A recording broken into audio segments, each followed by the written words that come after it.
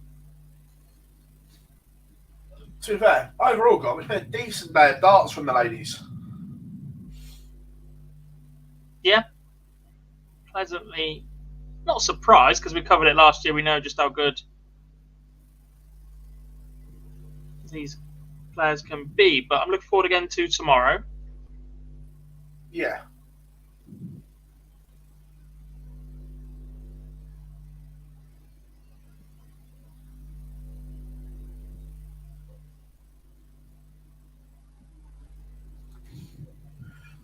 Maria O'Brien has completely spun this around. It's 3 legs on the spin as she is 1 away.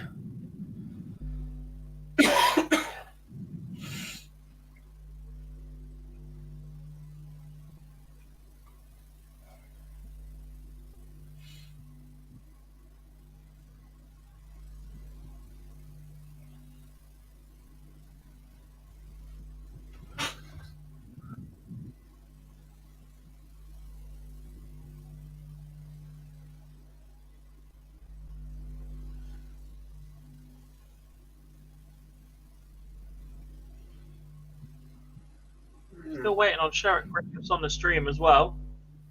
But it's just gone live on Darknet, does it say that? So, there we go. Messed about with a handshake. Don't know if to fist pump, shake hands, whatever.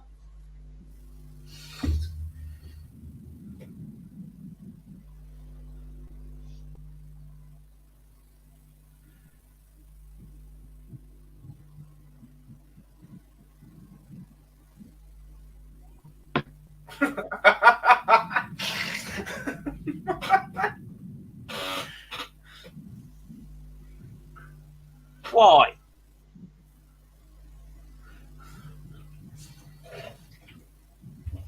Would you like to make a comment, Gob?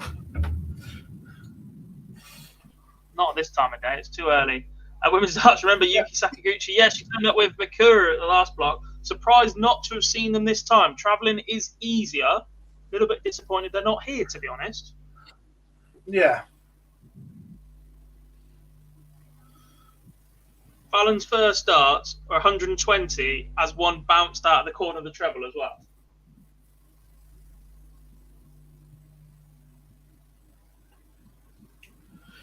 Do you remember last year when the hair started down and by halfway through game 3 it was up in the messy ponytail? Yeah. I think you might see the ponytail.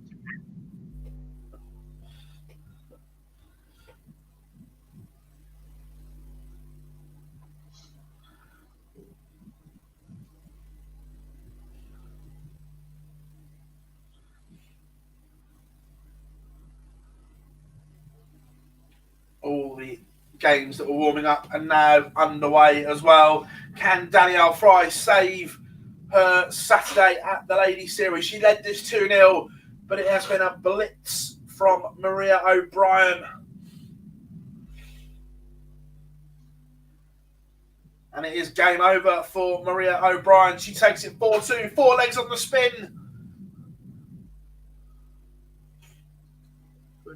For Maria O'Brien. Steph Stutley's just gone 1-0 up on Chloe O'Brien. Not a name, know an awful deal about, to be honest, but making it count so far. Who would you like on screen now, Gob?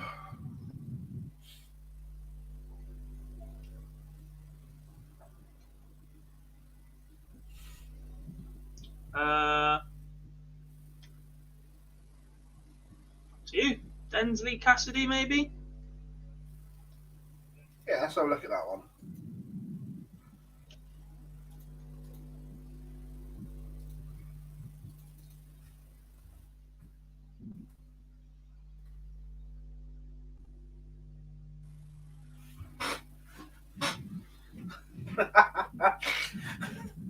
That's what I think of that one.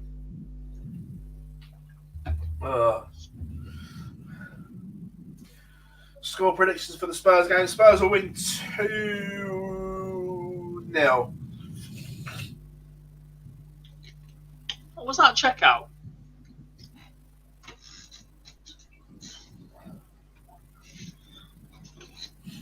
Don't know because I was watching Fallon.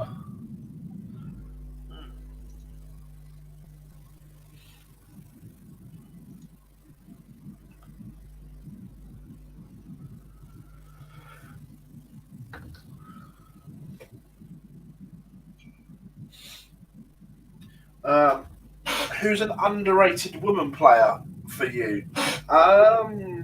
Underrated.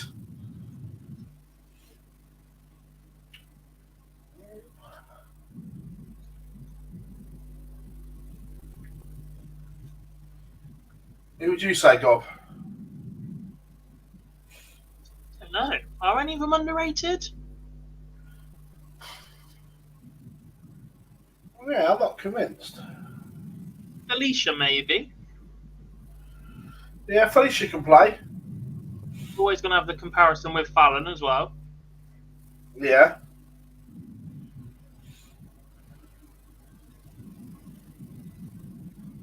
Joe Locke, perhaps. One of the only players Yeah. to beat Fallon. She's not one of the names we instantly go looking for, I'll be completely honest.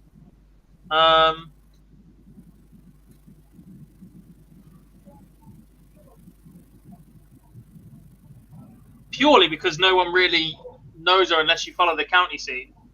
One of the women on your screen right now, Jane Densley. I don't think she'll be underrated by the end of the women's series this year. That's for sure. I tell you what, Amanda Harwood. There is one. I don't know what kind of dart she plays anymore, but Janine Goff.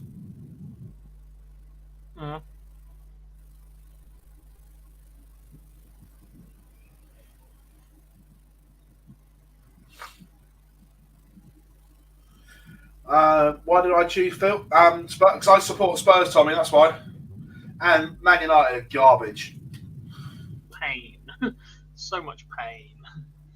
Rebecca Browse had just beaten Tammy McKenzie 4-2. That was the last 32 game we were waiting on. So we can finally get into the last 16 with that one. Just trying to work out who she'll play next. Lorraine Winstanley. So Lorraine would have been sat around for a while by now.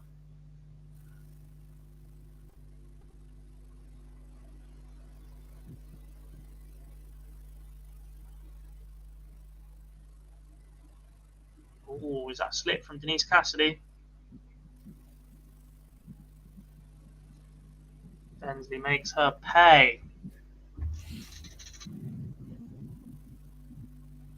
Yeah, look, back to the underrated. Until we really see any of the players break through, look, there's plenty listed there: Amanda Harwood, Natalie Gilbert, Kirsty Hutchinson, etc. I think you've got your top level players. You've got Lisa, Fallon, Dieter. I think they're the top three as a standout. Maybe Bo Greaves when we finally see her in PDC action, but this is very much based off what we've seen from women's series. Look, when they go travelling, etc., it's a little bit different. Then you've got your next phase, which I think is your Corin, your Anastasia, Lorraine Winstanley, who else? Mikuru. To an extent, Mikuru could possibly be in that top three. World champion, etc. We haven't seen her enough to put her in that top three for me. Yeah. And then you've just got that next selection, about 10 to 25 in the world, I think. If you're looking at them, you Joe Locke, Kirsty Hutchinson, Katie Sheldon sneaking in there at the minute, Maria O'Brien, etc. That are all bubbling along nicely, more than capable on their day, but don't deliver it at the latter stages enough from what we see to go, yeah, right, quality. Your Laura Turner will be in that section as well, perhaps. It's nice that Vicky Pruitt, Fallon Shamrock has turned up at last. Aileen de Graaf. Yeah.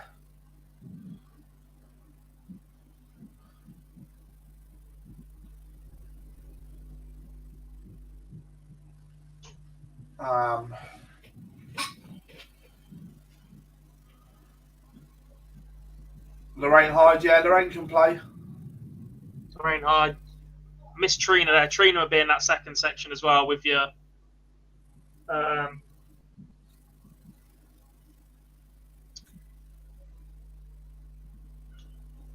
Anastasia,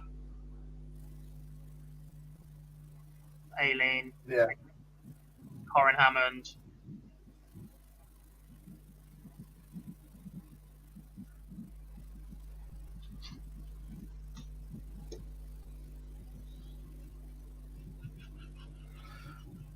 Yeah, Tommy, all about Gaza as a kid for me.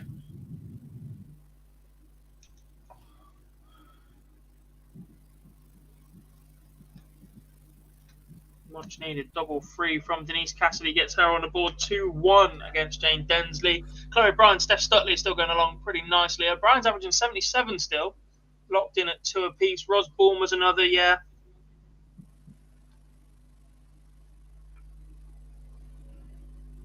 Maggie Sutton, yeah. Natalie Gilbert, they're all in that sort of third section, if you get me. Not quite top 10. Potentially one or two of them could sneak into the top 10 at any given day. But they're in that next section and just bubble along nicely. And I'm not sure you can really underrate any of them.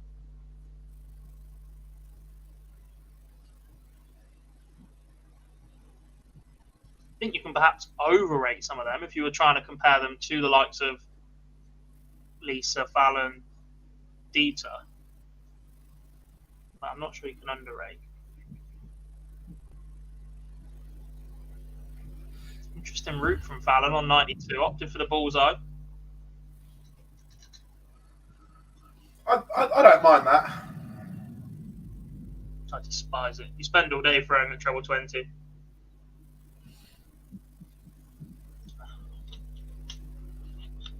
'91, I don't mind the bullseye. 94, I don't mind the bullseye. 92 and 93, when treble 20 and treble 19 you first start. What are you doing? 95, I'll go bullseye. 96, there's no point.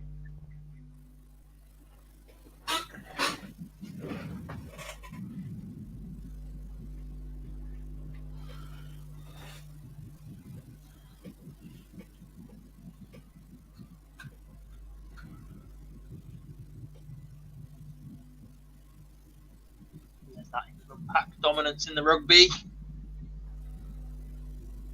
What's that? England managed to get Alex Dombrandt on the pitch, and suddenly the next scrum, they absolutely tear Ireland apart.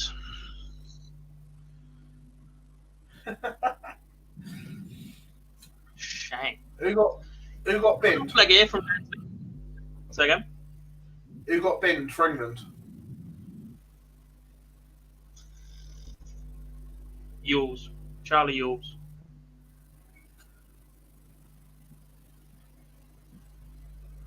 Bit of an off leg from Densley, but 2 treble visit here will apply pressure to this 32 just to 60, and expect this one to be level at 2 apiece. Chloe O'Brien 3-2 up on Steph Stutley, has just opened 5-6 with a maximum. Yeah, and much better from Fallon Sherrick this time around.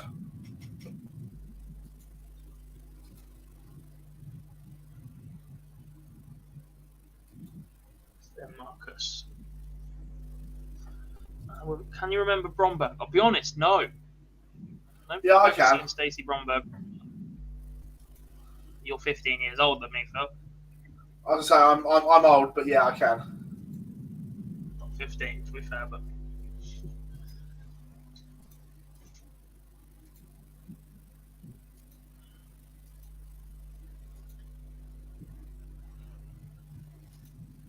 How does that set us up? Then we've got 4 results in the last 16. We've got 3 games in play, and we're waiting on that final one from Lorraine Winstanley and Rebecca Browse. Winstanley been sat around an awful long time, but there we go. It does go live right now. So, already sat waiting is Robin Burns. She will take on the winner of Denise Cassidy and Jane Densley. Chloe O'Brien or Steph Stutley will take on Maria O'Brien. Steph Clark or Amanda Harwood, looking like Steph Clark, 3-2 up, will take on Lisa Ashton, and Fallon Sherrick will take on the winner of Rebecca Browse and Lorraine Winstanley. So a bit of waiting around now for Fallon also. Can I also point out that is a terrible pose they have Fallon doing for the promotional video / graphic. Yeah. What is that? Hey. It wouldn't surprise me if that had been changed by tomorrow.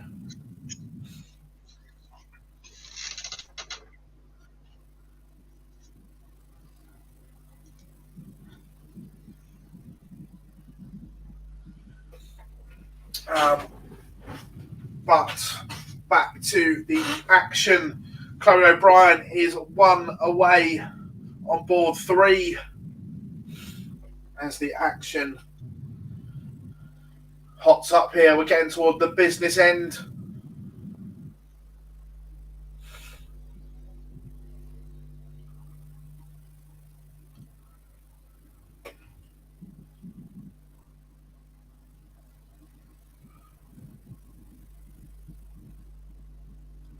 Right now, Gob, for players like Lisa, this break, help or hindrance? Bit of both. Again, look, this is completely player preference. We talk about this an awful lot about break. Some players may need it. Some players may like to just get on with it. Personally, sat around for an hour will do me absolutely no good. I'd be up on the practice board anyway. Ouch, ouch, ouch. Denise Cassidy takes out 104 to break Jane Densley's throw and lead 3-2.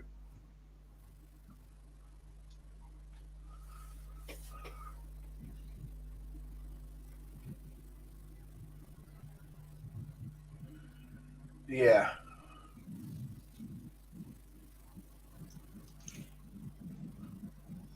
Tell you what, Phil, I had aspirations of finishing about 6 o'clock today. It's not looking likely. No.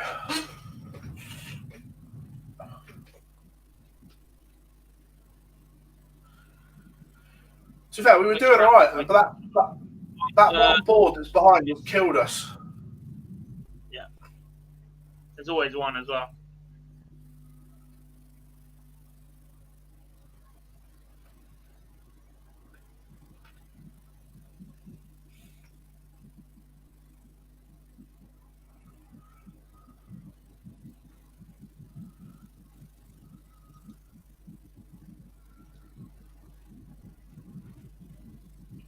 Yes. Just waiting to be confirmation of the next streaming game as well. Completely forgot about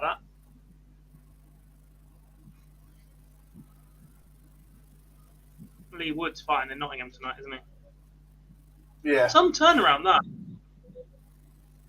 That's massively underappreciated in the industry, I think. Is how quickly What's that?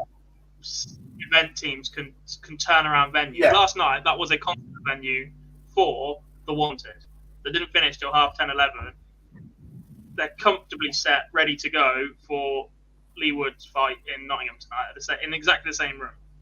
And that'll be an ice hockey venue next weekend. We see it in the Premier League. We see it in the Premier League all the time. The events team, whatever you want to call them, are genuinely unreal. The D-rigging is. Yeah.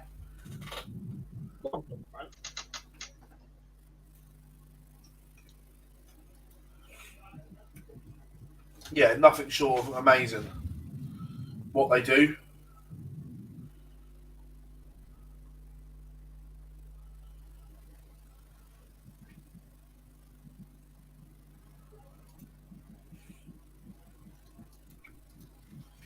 To be fair, it sold out tonight as well in Nottingham, isn't it? 10,000. Mm-hmm. Do love our boxing here. When you got Frotch from the town, then it seems to be a big draw, obviously. O'Brien has beaten Steph Stutley 4-3. She is into the last 8 once again. And a chance for Jane Densley to force a decider. Cassidy just scored 94 from 134. That will apply the pressure. 61 for Densley. It goes in 3 darts, force a decider, and she will have the darts. No bias here, but go on, JD.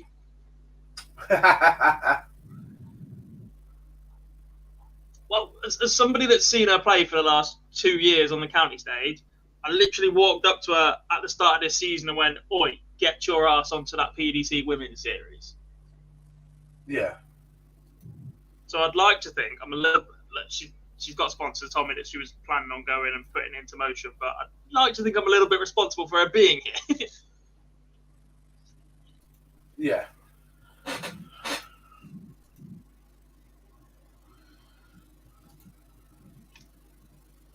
And that's not a bad 6 darts. to start in a decider when you've got the throw. Needs to find another, though.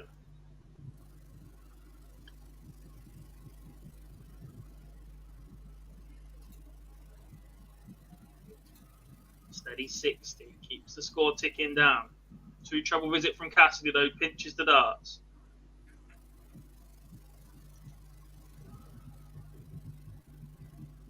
Just to 26. That's daylight. That's the chance then for Densley.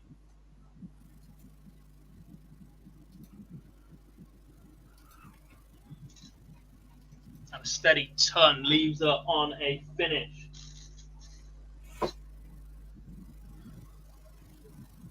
Cummins Dart says, might go to the pub to practice soon. I might just go downstairs and practice soon.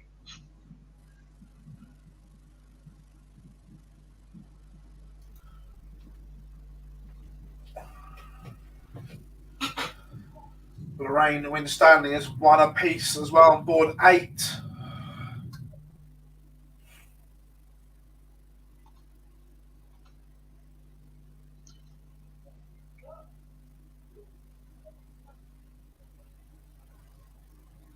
Chelsea fans are a strange bunch, given what's going on. Yeah. They've now taken to Trustpilot to bombard 3 reviews.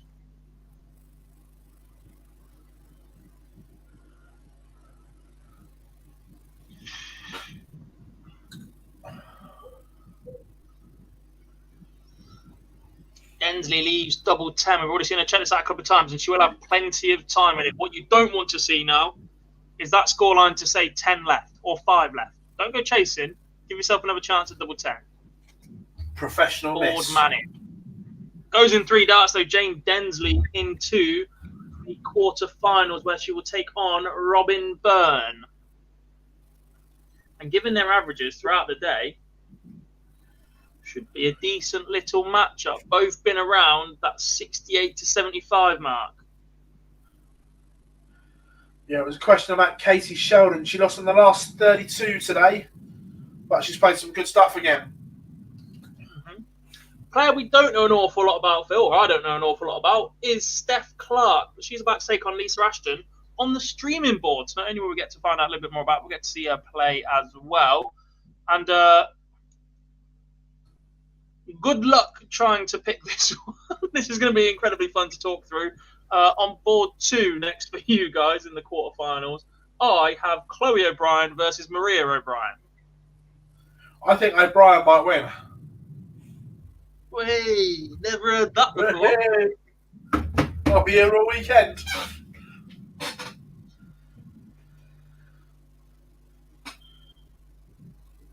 Can't be asked for Football Manager, boys. What's that? Talking about Football Manager in the chat room, I can't be asked for Football Manager. Got enough time.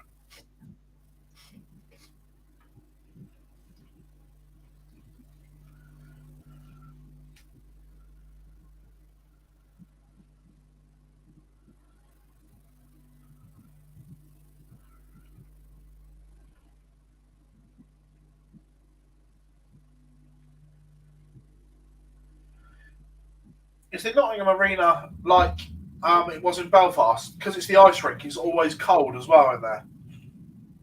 It's lovely in there. That's what it is. It is just a big bowl. Yeah, the ice rink's underneath, as far as I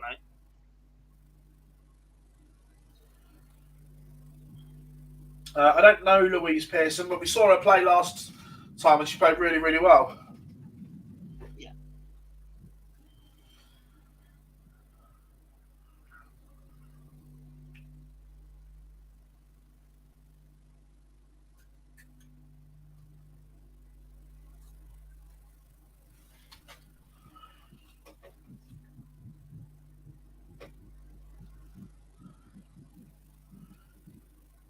Just waiting for some magic to happen.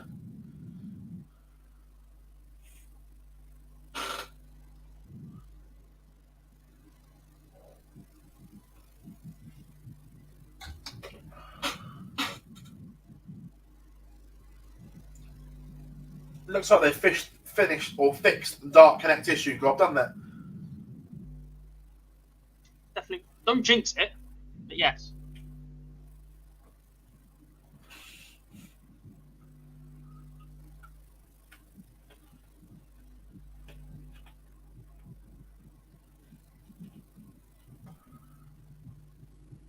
Here we go, on the stream. Let's have a look at the throw and everything.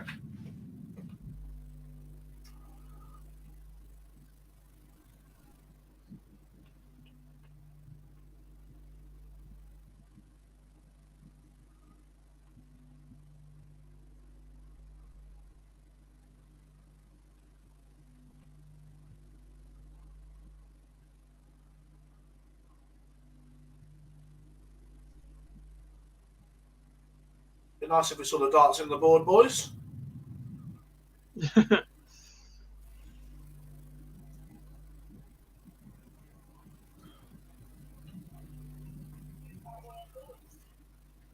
Another one that's a little bit across the face. Am I missing something? I know she's playing with a very old, beat-up set of darts, that's for sure. They look a bit Jim Williams, don't they? Yeah.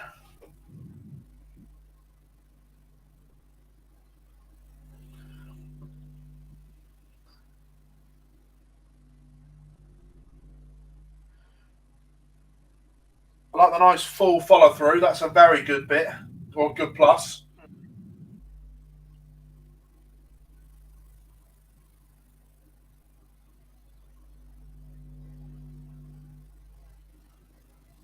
There's another action that's across the face, though. Yeah. But to be fair, though, if she is left eye dominant, she's still lining it up with her leading eye. And as long as the follow-through is straight. I'm not against it, and I understand the dominance in eyes. I'm just incredibly curious about how many of the ladies do it. What you tend to do is copy players at the top of the game, but I can't think of Trina or whoever from years gone by that would have pulled the dart across their face. No, I can't. So if they're not copying it from somewhere, is it a trait in women that more of them are left eye dominant than we perceive men to be? Possibly. I'm doing science on the fly here. Seance. O'Brien is 1-0 up on O'Brien. Go on, O'Brien. That was Maria that took the first leg. Oh, you didn't say that. With the dart. And Chloe just left 86 after 12 as well.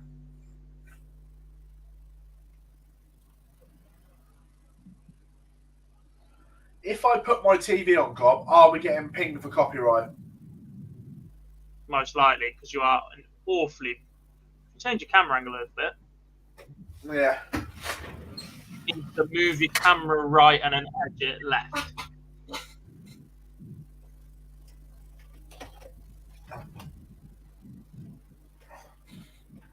Yeah, you're no longer in shot now. Wait, TV's not in shot. You're not really in shot either, though. You need to go back a little bit more. There you go. You should be right now. Can't see it. Why would it get copyright? Because I was asking if you could put the first game on in the background, and it would look like we're broadcasting it. One in the background.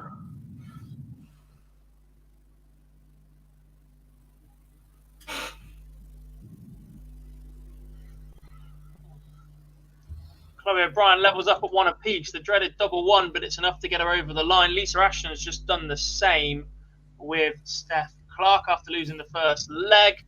Densley and Robin Byrne are underway as well. So the only thing we're waiting on is Lorraine Winstanley and Rebecca Browse to get a move on. So the winner of that can play Fallon Sherrock. And we've almost got all 4 quarterfinals at the same time, Phil. We're not a million miles away if Lorraine Winstanley can get over the line against Browse in this leg. They're not hanging around. No, they've caught up quite well. I'm just going to put my TV on and go for a quick pee, and then we're back for quarterfinal action. What he said.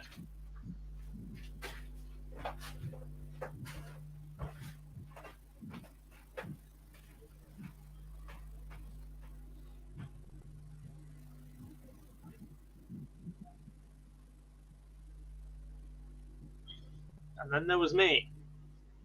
No, it's not some dodgy kind of football stream. Phil has Sky Sports, but if he's got it on in view while we're streaming, live whilst the football is on, people that are looking for football streams or etc. will be able to see it in the background and will get shut down for copyright. It would look like an attempt for us to stream it the same way we can't anything that's live. I have a Fire Stick. I'm not going to deny that. Lorraine Winstanley has beaten, I don't want to get her name wrong, Rebecca Browse 4-2. So she will now take on Fallon Sherrock after a much better performance from her in the previous round. 86 average from Fallon in her win over Rhiannon Griffiths. So all 4 quarterfinals could be in play at the same time because everything else is level so far. Densley Byrne 0-0. O'Brien 1 apiece, although Maria is left on 40 after 18. Ashton now takes the lead 2-1 against Steph Clark. And as we say, Fallon Sherrock and Lorraine Winstanley are a few moments away.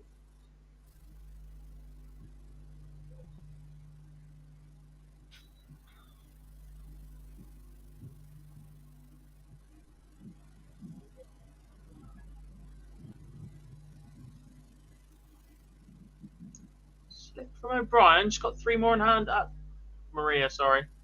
Maria O'Brien does take a 2-1 lead over Chloe O'Brien. Jane Densley wants 32, 3 in hand at it. Robin Burns left 18. So, no score from Densley. Byrne with a chance at double 9 then for the first leg and a breaker throw.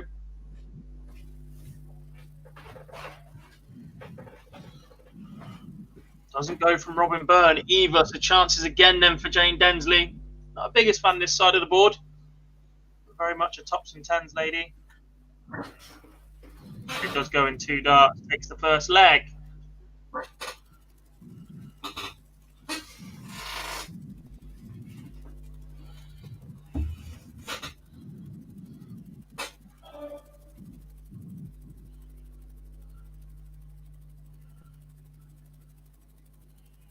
we go. Football is now on. I don't know why you'd want to suffer through that, but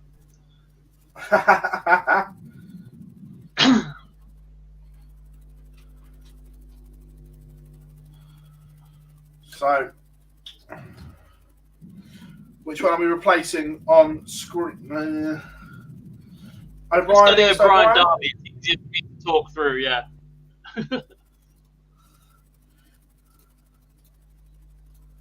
Lisa Ashton now 3-1 to the good against Steph Clark, just 1 leg away. 89 average from the Lancashire Rose. Going through the gears once again. Chloe O'Brien, Maria O'Brien are 2 apiece, as you can now see on screen. Craig's finished with his radio show. Good to see you, buddy. Hope you're good. Superb leg currently in play from Jane Densley. She's gone 60, 140, 140 against the darts. Byrne responds after going 56, 41. She finds a 125, then a 135. She leaves 144 after 12. Densley leaves 78 after the same amount of darts. So big darts for Robin Byrne now.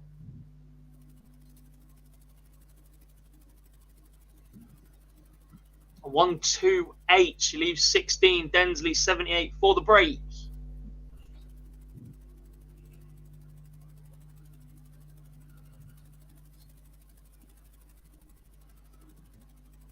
Doesn't go. Leaves Thompson Byrne 3 in hand at double 8.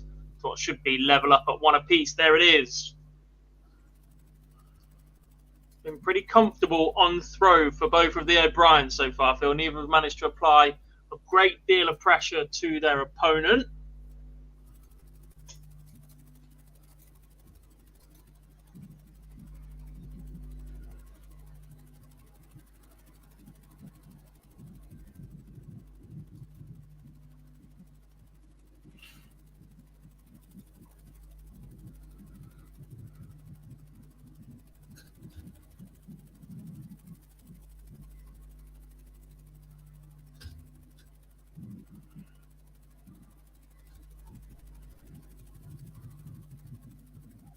Steph Clark's just left 4, but Ashton can steal the match in this leg with a 156. Just 60 leaves 96 for Lisa. So 3 at double 2 for Steph Clark to extend this one into a 6th leg, and she's busted.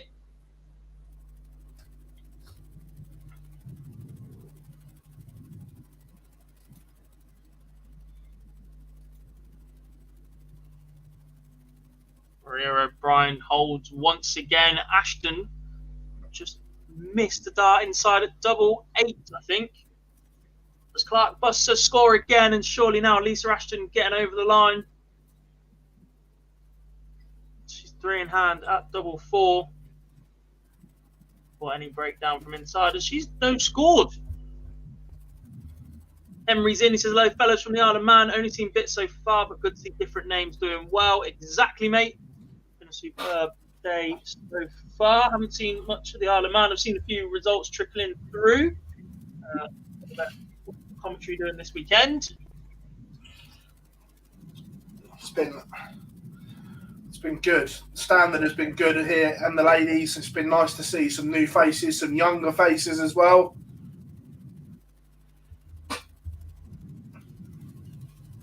As indeed, and warming up on board 4, Phil Fallon and Lorraine are about to get going. I don't think we're going to get all 4 in action at once, because Lisa Ashton's looking pretty comfortable on her own throw. Both the O'Briens trade 180s. The problem is Chloe opened on her own throw with a 29. Maria O'Brien has just left 40 after 12 darts against the throw, and looking like she's going to wrap this one up 4-2 unless Chloe can produce the 151. That's not really enough pressure either, and you expect Maria O'Brien to get over the line from here.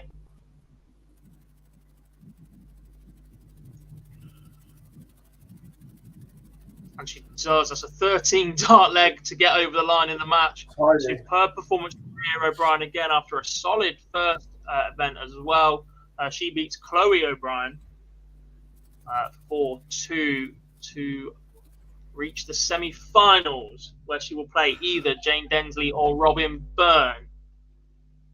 I've got to say, I've been impressed with Chloe O'Brien over these first 2 events.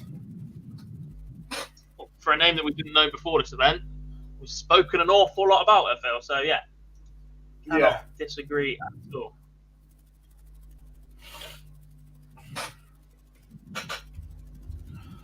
So the last quarterfinal is warming up.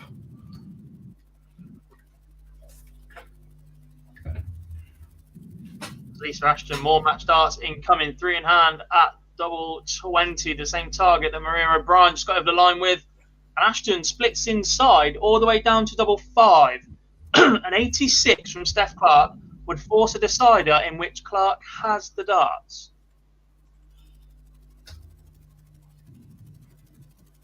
Just 36 scored from Clark, though. And it will take more mistakes from Ashton to lead this into a decider that don't come. Lisa Ashton, the first player into the semi-finals, aiming to go back-to-back today. Second player into the semi-finals. Second player in semi-finals, my apologies. And Fallon Sherrock is underway as well. No.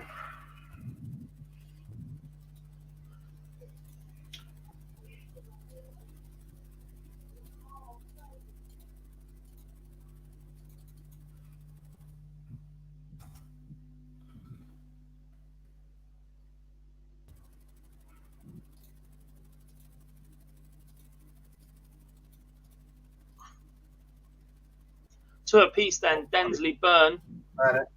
Need to resize this one a bit. It's a bit big. Women's darts, that Maria into the semis. Yeah, it is. She'll play either Jane or Robin.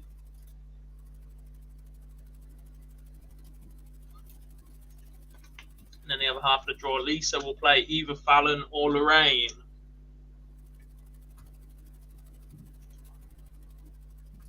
We can't be far away, Phil, from the Euro Tour restarting for the evening session as well. We're not staying on for that reminder. You guys can catch that on PDC TV. We'll talk you through quarterfinals and it'll be last 16 tomorrow, won't it? The afternoon session whilst we're on.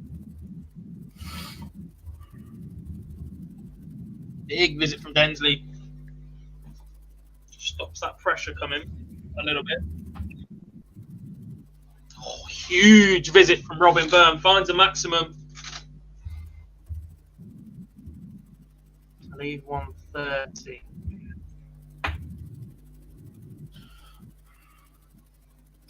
Lorraine Winstanley takes the opener against Fallon Sherrick.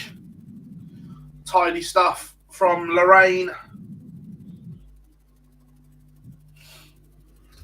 Tidy stuff from Robin Byrne as well. She leads 36 after 15 darts. Jane Densley needs a 129 to hold her throw.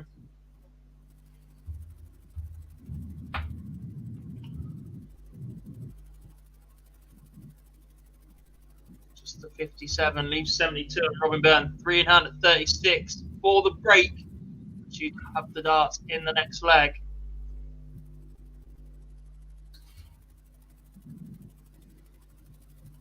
Oh.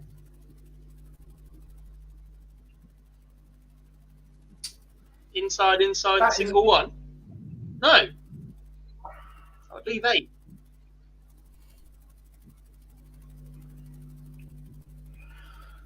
That is a good question. I don't know what game they will put on the stream. You'd expect Lisa versus Fallon.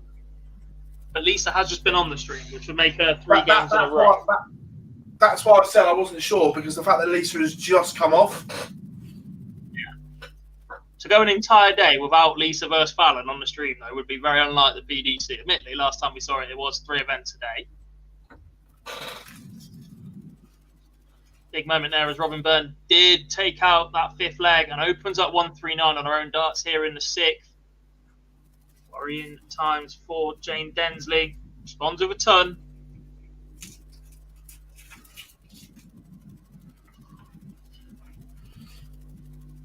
.45 from Robin. Is that the door open a little bit? Another ton from Jane gets them about level. I would do. Praying for a 2 treble visit though. Is that a mistake from Lorraine Winstanley as well? She had the Fallon Sherrick throw under the cosh here. She's just taken her foot off of her throat. Unless the 157 goes, of course. And then we get a rip-roaring blockbuster. Doesn't go. A little bit too much to do now, you think, for Jane Densley. Byrne's got the darts. 53 points in front. 41 though.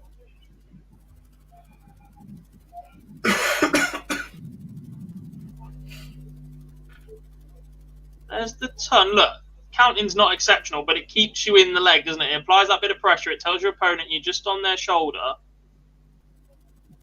The 85 from Robin is a good response, though.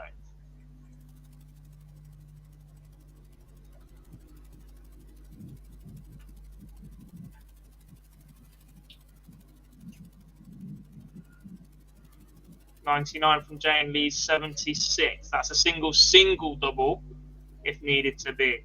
Robin will need a treble to leave a dart. And he goes in 2 darts. Superb finish from Robin Byrne, 96 in 2. She beats Jane Densley to move into the semi-finals and set up that clash with Maria O'Brien. And look, Phil, Robin Byrne was fantastic in last year's Super Series. Didn't really progress beyond this level. It looks like she's come with an even with a higher level now. She's got that extra gear. Yeah, completely. Look, she's been really, really good all day, is the thing. And look, if she can get to a final, either one of them, Maria or Robin Byrne, get into a final, that's 1 foot on the Blackpool stage, God. It is indeed. Very, very close. 12 events. Keep it going. What does she do in the earlier event as well? She lost to Rianne in the last 32. So, yeah, look. Semi-final, final. Keep accumulating. Another good run tomorrow. Yeah.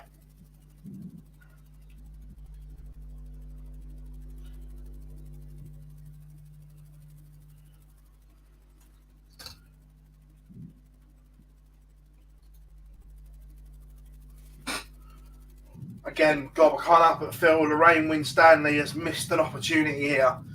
She was brilliant in the early stage of this game, and those 2 poor visits on the Fallon throw, it would have been for 2-0, and now Sherrick has broke. That's the danger, God. Although Sherrick isn't at her brilliant best, you can't give good players opportunities. No. Indeed.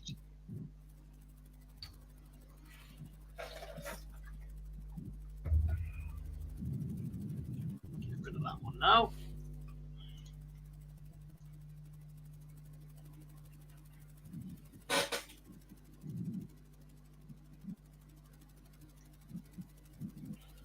Well, that's some hit from Ronaldo, to be fair.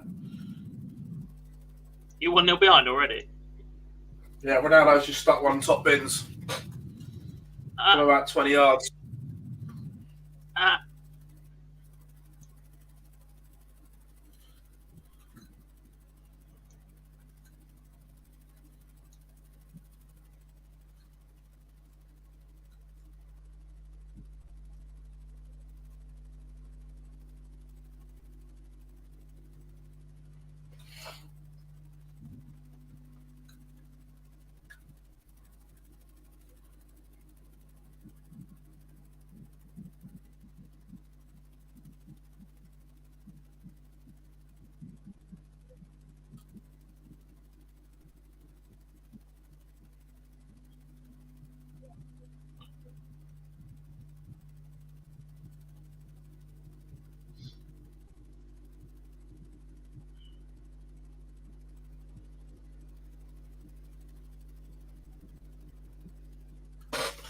Good strike. Can't take that one away from him.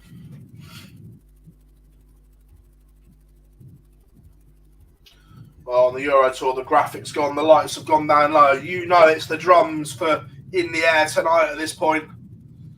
Please.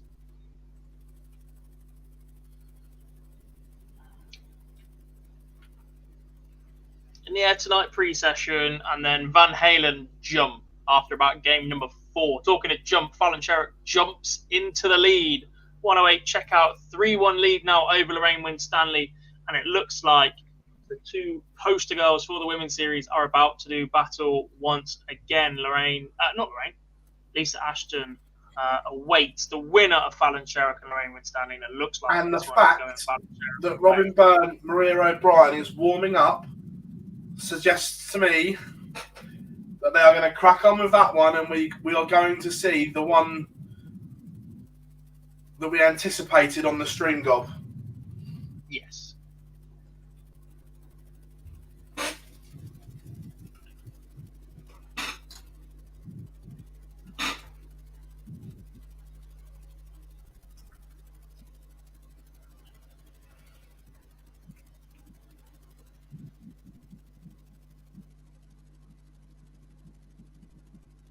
Fallon's effectively pinched the darts here against Lorraine already as well with that 140.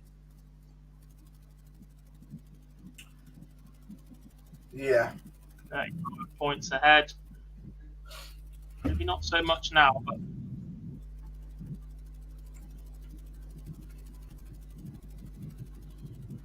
especially not now. Huge 140 response from Lorraine Winstanley. But it's only a holder throw. She needs to find this on the Sherrick throw. Fallon finds her own 140 and is in prime position now.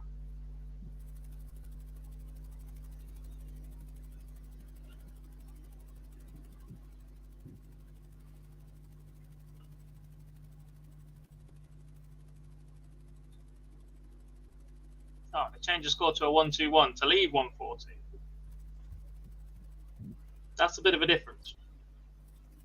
Yeah. 2 treble to a double finish instead of a treble single ball.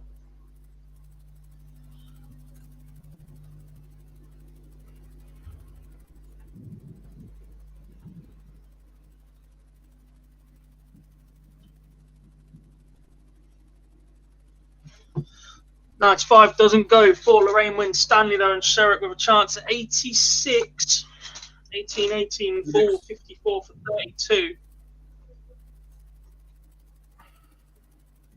Is she a happy accident? No, I reckon she's gone 18-18 and hit a little 18 going for the ball and got lucky. I won't know. But this is the leg that matters then for Fallon Sherrick. She has the darts in leg number 6.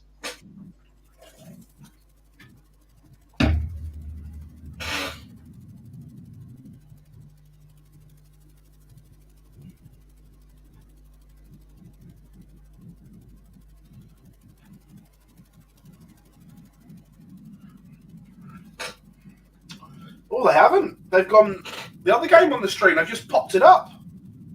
Oh.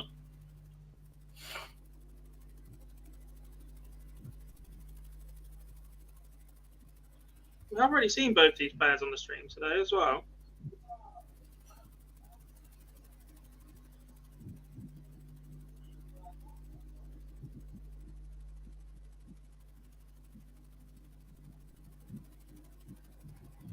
We're at the point now where we've seen Robin Byrne on the stream just as often, if not more frequently, than Fallon and Lisa.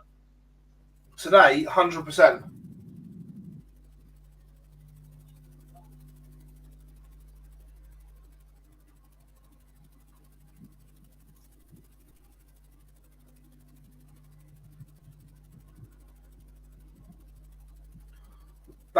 That is much better from Fallon in this leg.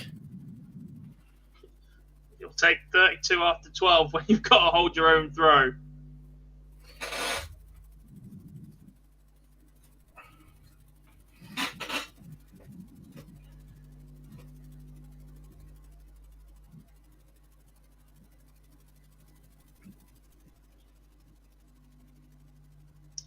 No, slip, but she's not under any pressure yet until we see what Lorraine Winstanley can find. Only really a 2 treble visit hurts Fallon here. Turn outside chance, but I'm not sure that's enough pressure to make Fallon miss either. It certainly isn't as she finds double 4.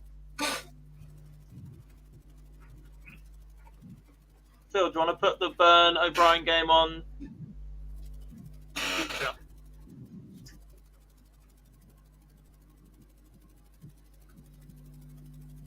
Because it's gone streaming, it needs reloading.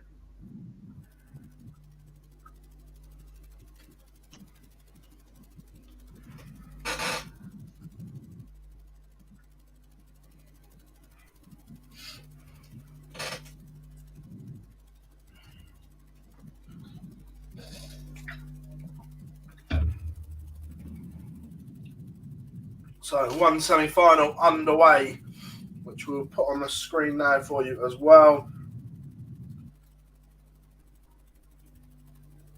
The second one won't be a million miles away either.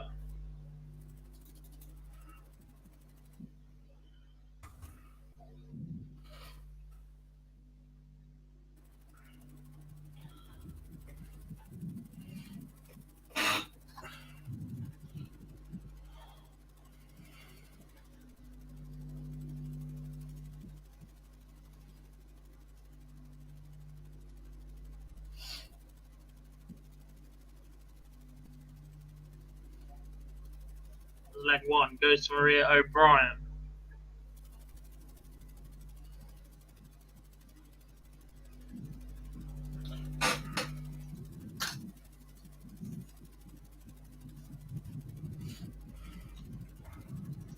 Again, fatigue perhaps playing a part here now, but you would expect the winner of the Sherrick-Ashton game to go on and win this.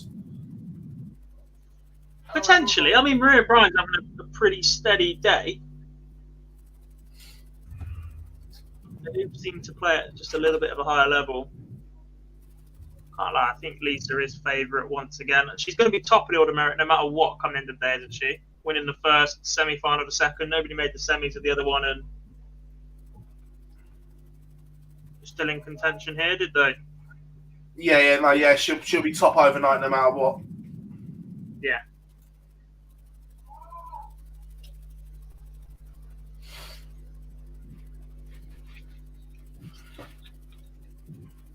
Yeah, we'll be signing off after the women's events. Yeah. We'll be back tomorrow, though. Oh. God, have you got the PDC stream on at the moment? The Euro Tour? I don't. I was literally about to load it. You know the What fan class? that does the walk on? Yes. Fallon One Sherrick that fell shirt. over. Well, this one they put up's got a Fallon Sherrick shirt on. wait for Dart's Twitter to go into the meltdown, yeah? Very nice sponsorship patch on the front as well. Well, you know.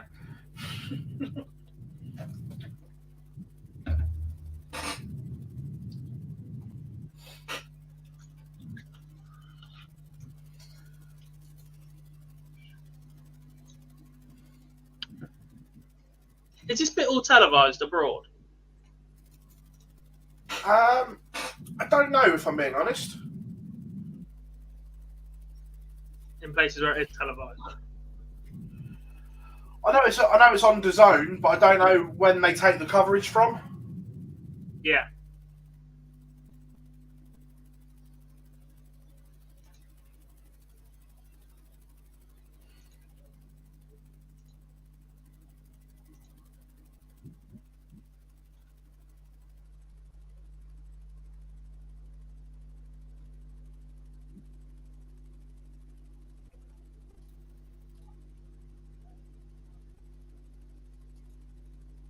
Those scoring visits that got Robin through that last game and those key moments just seem to be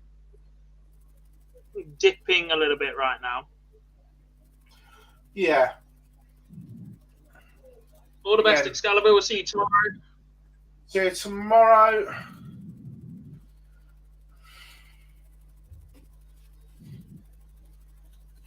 If Maria O'Brien wins this leg gob, do they hold? No. Maybe. I hope not.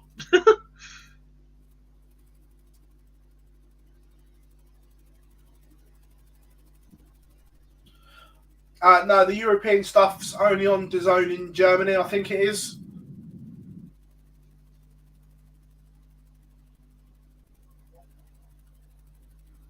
Robin Byrne's just bust 100. I've got to see the stream for this. I'm doing that.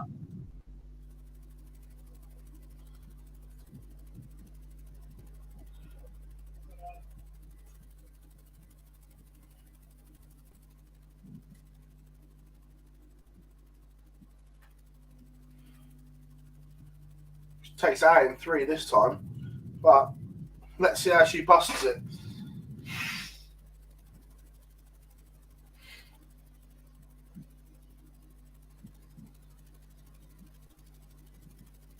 She hasn't looked at what she's got. She's carried She on planted the scoring. first one. Yeah.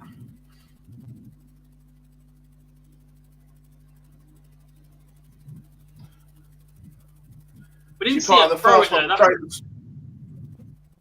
Is that just a pull and it catches the flight and drops in a bit? Do you know what I mean? Like, No, it literally rattled along.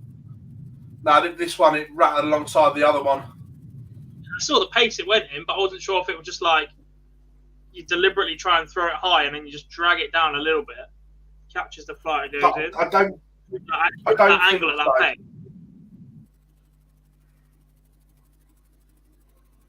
All of a sudden, this is looking like was looking like a completely different game until Maria O'Brien finds back-to-back 140s.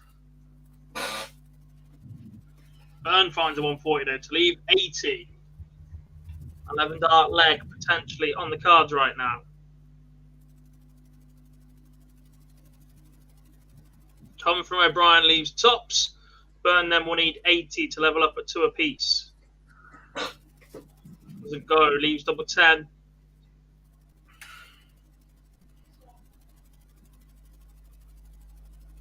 Oh!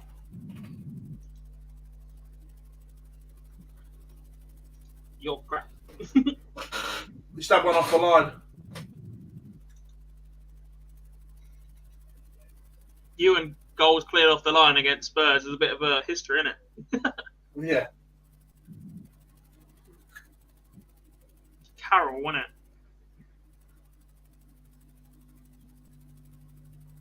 Who hit that? But guy ahead of it.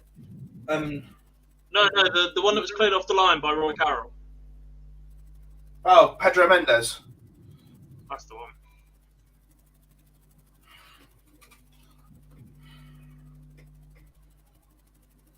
Not seeing the other game warming up yet. I think it's being held.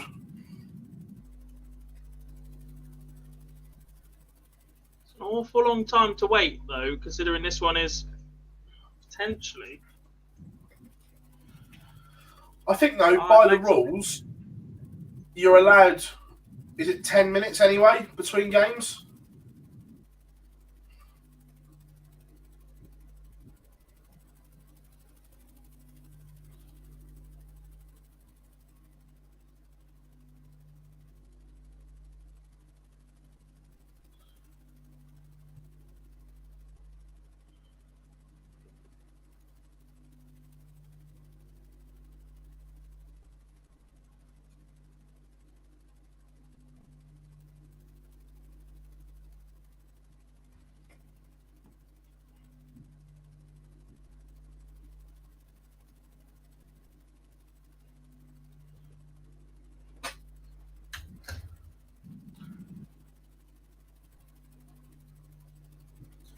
Big moments here, God.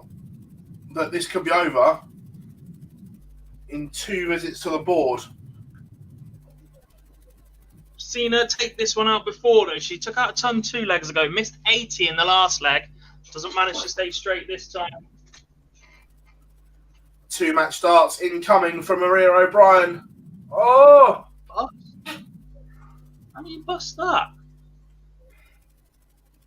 She's 6, either 20, gone double 15? 15 or 10, 18, double 12. Yeah. More darts for Maria O'Brien, though.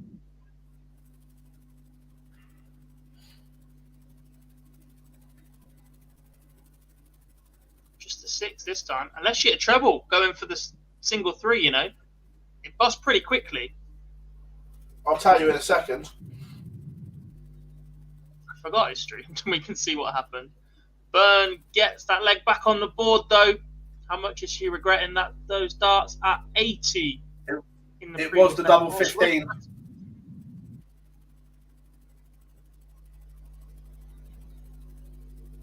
Held it.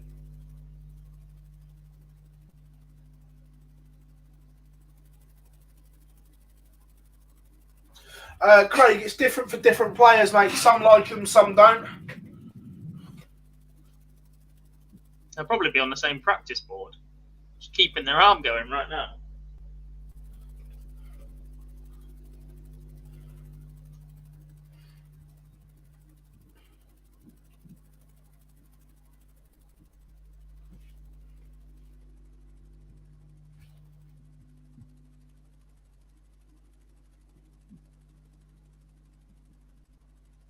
Phil, you know, next time OD, can we purchase the 180 song from PDC Europe?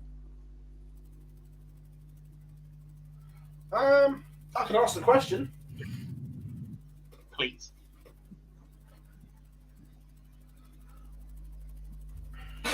Jonathan Moss is a horrific referee as well.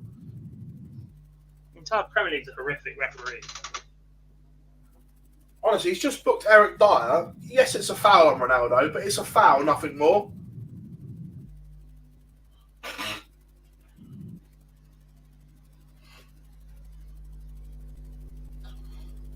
I'll tell you what, God, Robin Byrne showing a lot of character. Oh, that's brilliant. That's more than a lot of character. That's exceptional. 119 from Robin Byrne. One of the worst finishes in the game. Yeah. That and a 139 are just up there with terrible.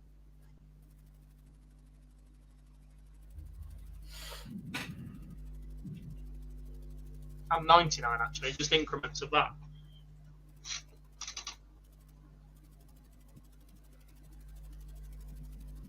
And the reason being, the treble 19 leaves a 2 on the end, which is just horrible either way.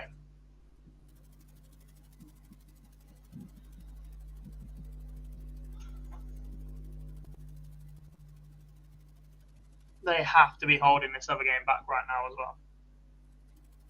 Yeah. Superb leg from Maria O'Brien. 6 trebles out of 9 darts.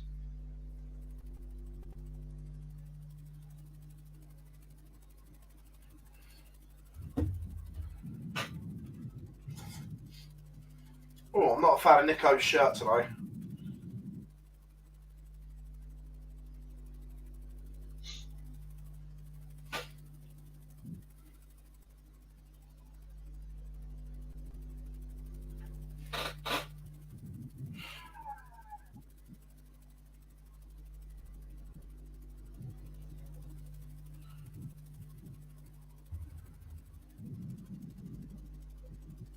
Could you imagine if this goes? Oof.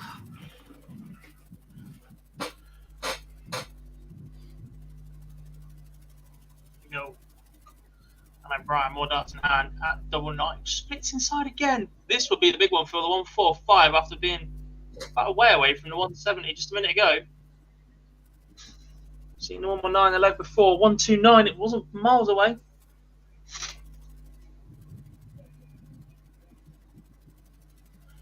Treble 5, treble 17, treble 19, treble 19. Doesn't matter. Maria O'Brien 4-3 the lead. She's one away with 2 legs to get over the line.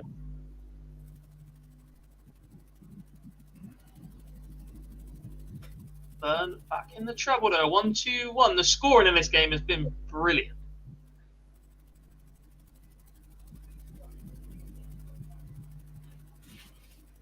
Penalty. Yeah, in the rugby. I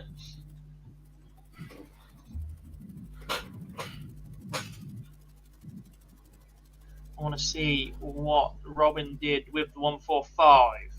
Maria's got horrible points, by the way. Oh, trying to say his hands by his side. 20, treble 18. Good, good. Darts indeed.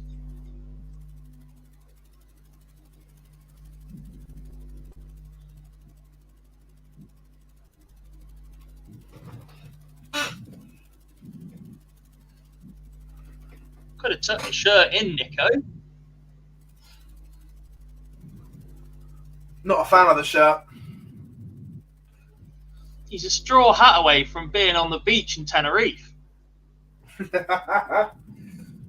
Speaking of, might run into somebody.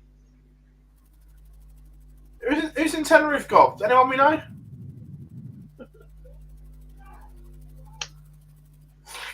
I despair. I've got a funny feeling De Gea's going to save this. Please. Robin Byrne takes out 80 for 4 apiece. And we're going all the way. Byrne's average now 8 points better than Maria O'Brien, despite some ridiculous power scoring from Maria on her own throw. She's not really got that close to Robin in the last couple of legs on Robin's throw.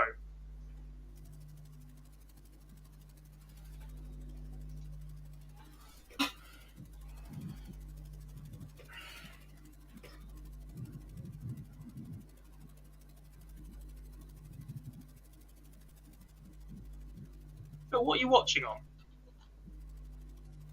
Normal Sky. Oh. I've already seen the outcome on Twitter. How far beyond your Sky?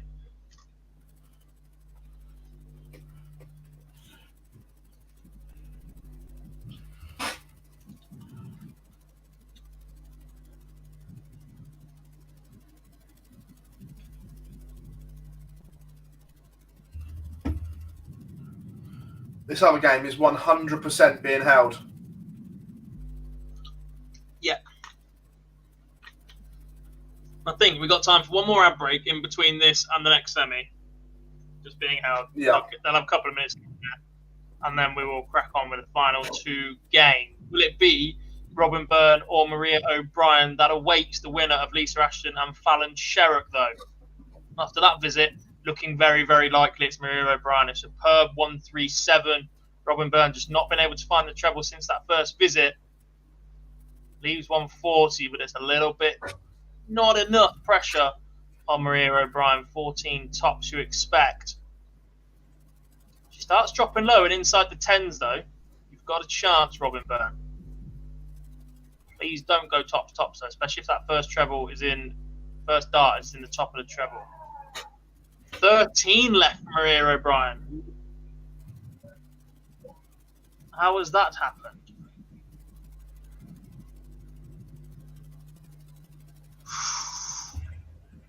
Robin Byrne's just gone inside on double 10 for the match. She has, I think, but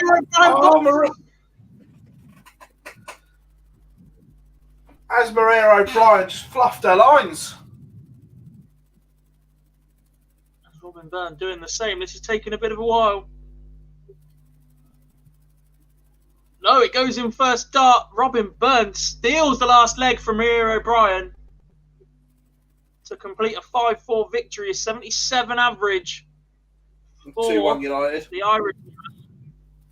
What happened there then? Maria O'Brien wanted 54, hit the 9 to leave 45, and then I think she's dragged it into the double 13, went down for the 3 to leave 16 and hit double 3, so made an absolute mess of it.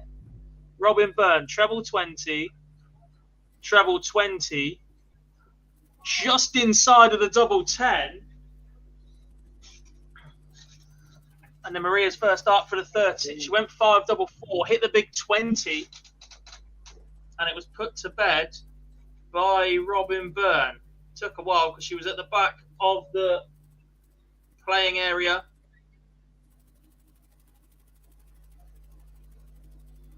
Goes in first dart indeed.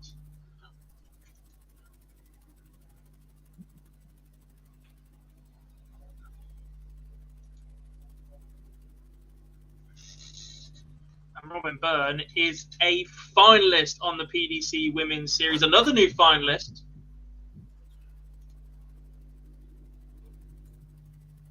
After, was it Rhiannon Griffiths earlier on against Lisa Ashton? Yeah. Going to share it. Dark Connect's already loaded it straight away in that same window, so they're warming up. They're going straight back on that streaming board, Phil, because of the way it's warmed up.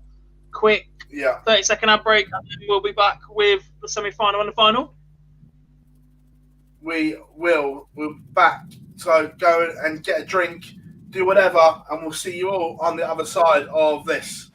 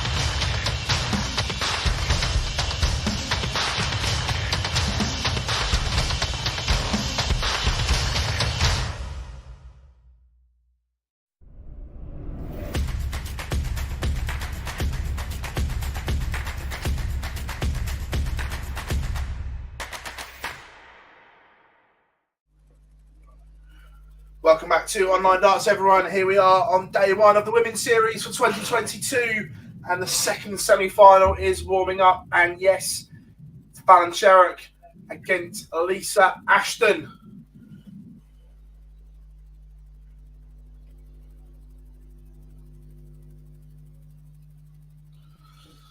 As they get underway. Look, before a dart was thrown, we made Ashton favourite for this, the way they played over the day. But can Fallon Sherrick find something? She started amazingly, but we'll need to find something more, perhaps. Yeah, God, you were right. The way they turned that one around, this was all teed up, waiting to go. It was literally like a conveyor belt. Mm-hmm. Max Hopp cinematically celebrating a fist pump on the other stream suggests that the 180 song is currently being played on the Orator once again. Correct. This random guy doing the Peter Wright dance. Peter Wright's in the background going, yeah, brilliant.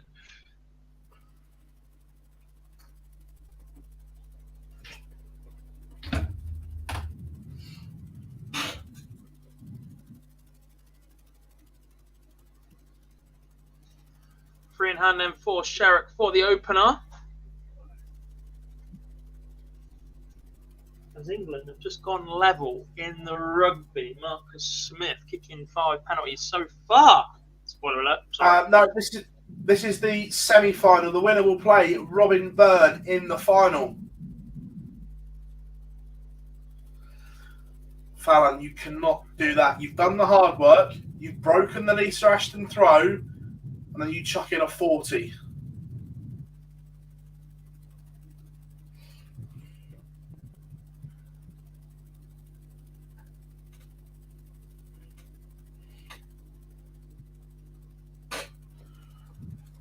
Okay, then you go 180. Yeah.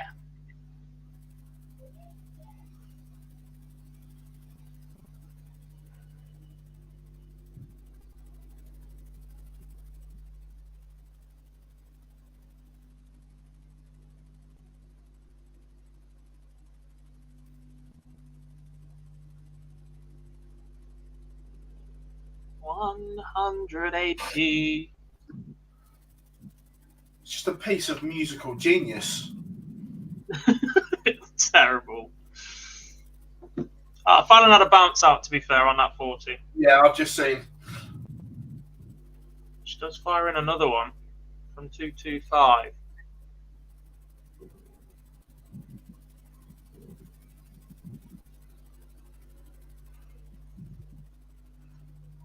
What's going on there?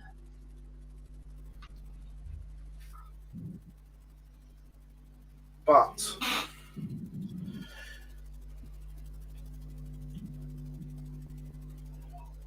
Ashton can heat pressure. PDC fire out.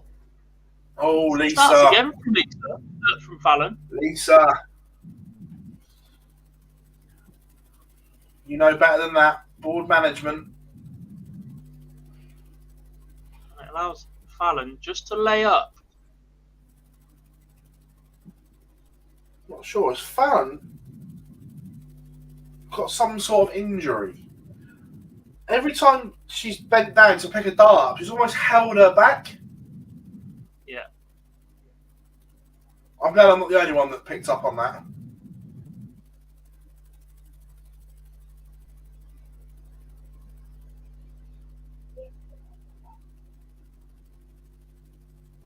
Oh, pinched by Lisa Ashton.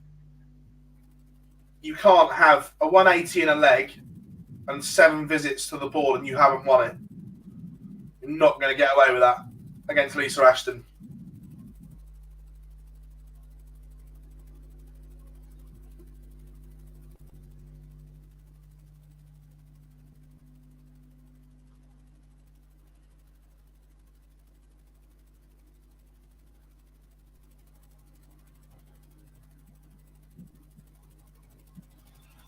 The 3 darts Fallon had didn't really trouble the outer ring.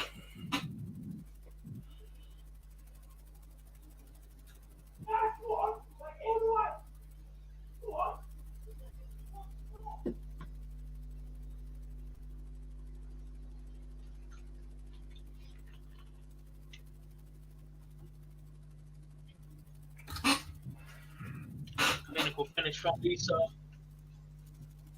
She found the scoring boots in leg 3 as well.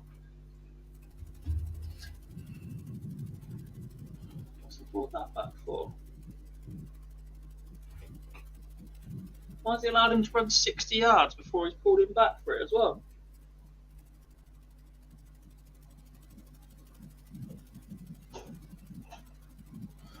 Darts fan 180, yes, Fallon is playing at Lakeside. It was announced this morning.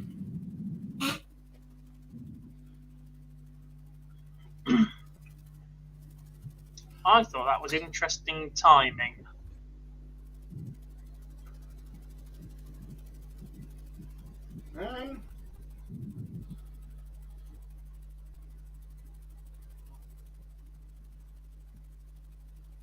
Dashton goes 2-1 up.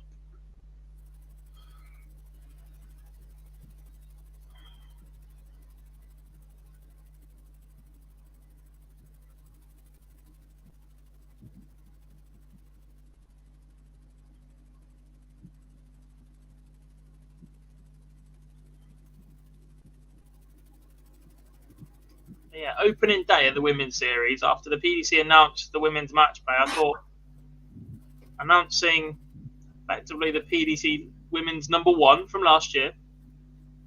But did she finish 2 in the end?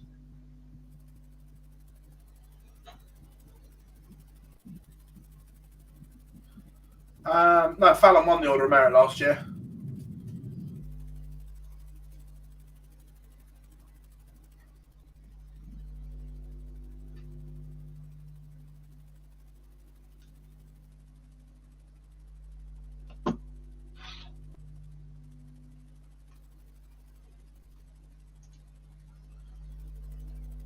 First players are on stage for the Euro Tour as well, folks. Jose de Souza takes on Kim Hybrecht. Were these two ever stablemates? Was there a crossover? I don't think there was there? No.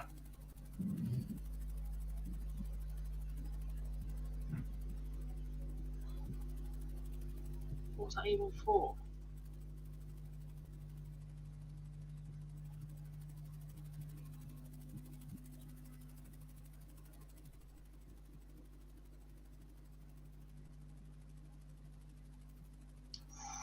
Slip from Lisa, perhaps, Phil. Chance there to break the Sherrick throw. 2 darts missed at 8-8. Sherrick 3 from 52 for a level game. Possibly, but the way Fallon's doubling's been, I don't fancy this.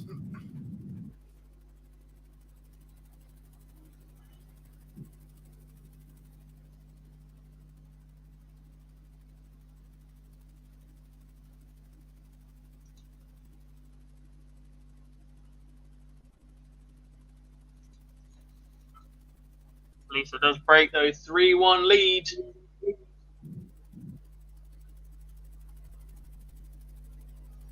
It's all happening at the minute. The rugby's just gone. England are celebrating 2 wickets in the cricket.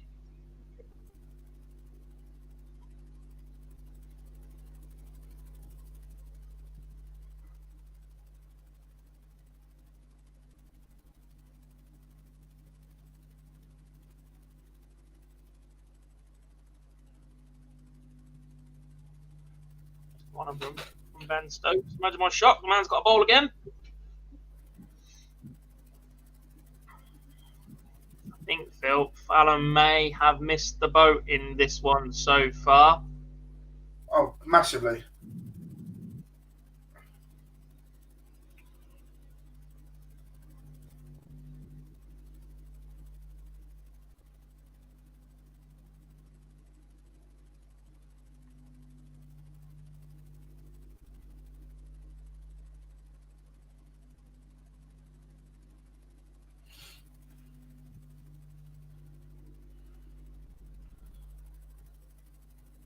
Looking as if the writing is on the wall. Potentially a breakaway from that not being the case, but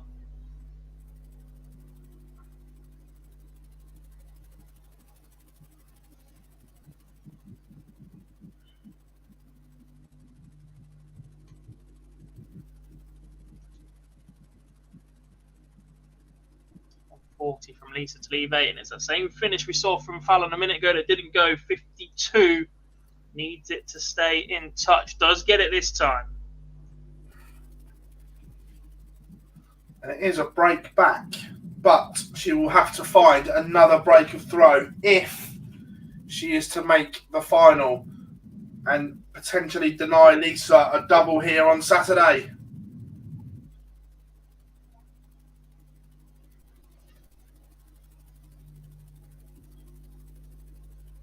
Big leg now.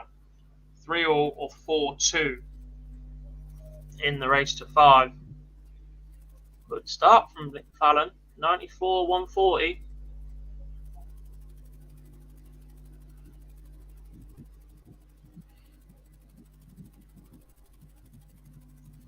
I think they missed the fact. Fallon fired in a 174 to leave that 52 in the last leg.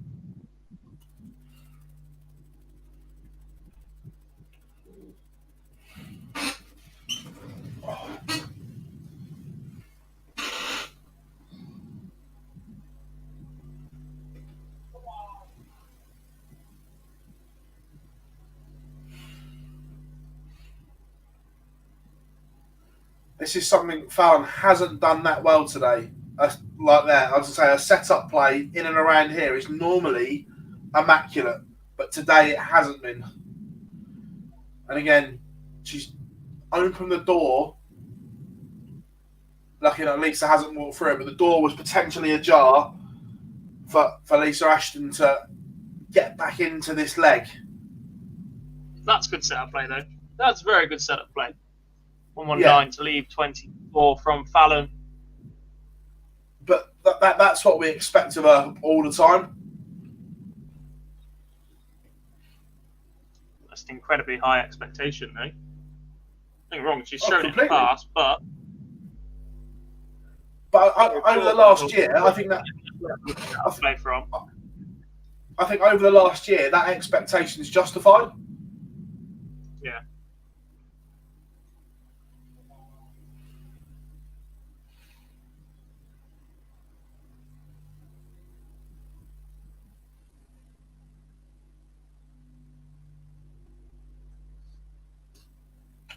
But a brilliant response from Lisa Ashton.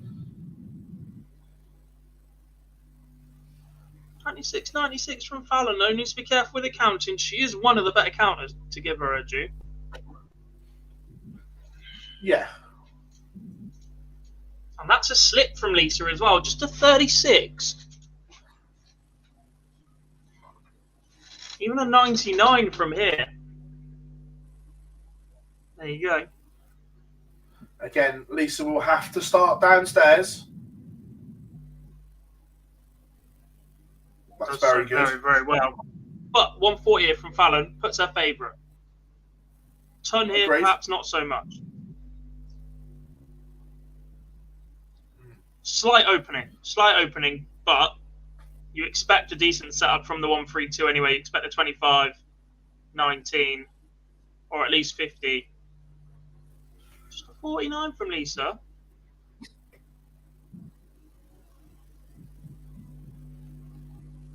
Should get a minimum of a dart at the bullseye when she returns. Fallon leaves 32. Treble 17, double 16, single 17, 16, ball, treble 16, double 9. None of the above. Unless it was a dart. I think she missed a dart at the ball and got in the little 5. And Fallon punishes. It's the huge break. We said it wasn't looking likely she gets a break backfield. She was 3-1 behind in this. She now leads 4-3. The writing was on the wall 10 minutes ago. The writing's now on the wall that Lisa Ashton loses in the semi-final. Fallon Sherrock will play Robin Byrne in the final. And let's be brutally honest, not counting any chickens or anything yet, because Lisa is more than capable. But 2.5, 3 hours ago, if you'd have said Fallon Sherrock was in a final, I wouldn't have believed you. It's because you're a pessimist. That's just what we were seeing. Averages and performances, they weren't there. Yeah. Let's not count the chickens just yet, though. That's why I said that Lisa Ashton is more than capable of winning 2 legs on the bounce. And that is a mistake. You know.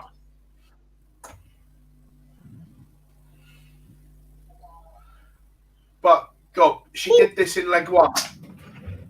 She broke in leg 1 and then gifted it back. Next throw. Thought we were going to see that 170 left by both players then. A little 170 shootout. Oh my God! Oh. That's exceptional. Didn't even have to go. Fallon was not on a finish. Lisa Ashton takes out the big fish. The biggest of all the fish. Did someone say fish? From the other side, you can see just how big the fish was.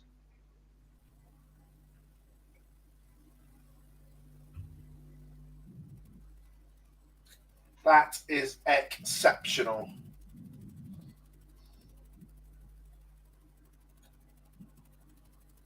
I'm going to enjoy watching this on the stream now. 306 in 6, by the way. Exceptional counting. Outstanding.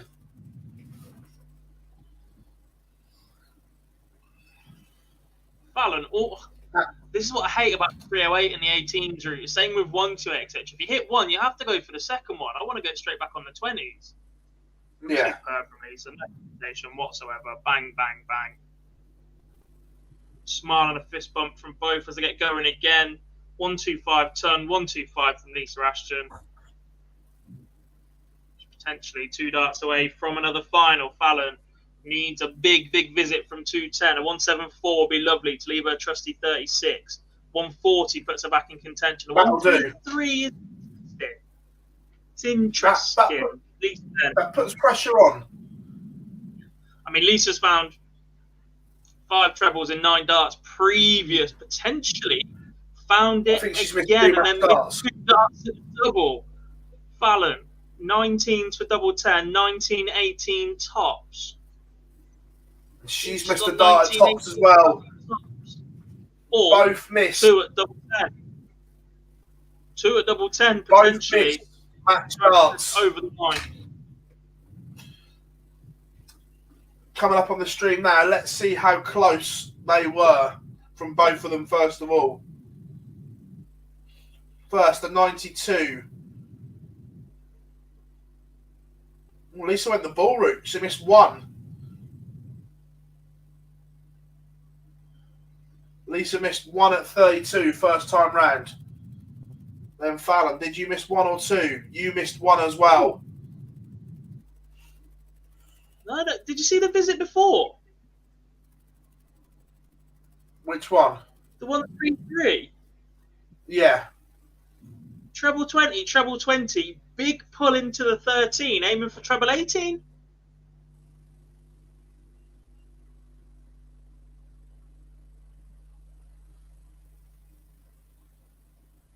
It might have just left her hand wrong.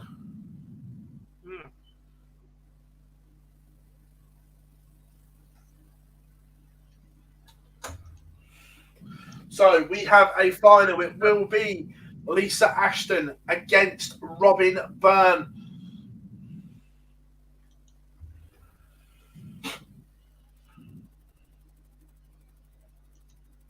Pretty much. Story of last year as well. That feel Lisa Ashton getting the better of Fallon Sherrock once again.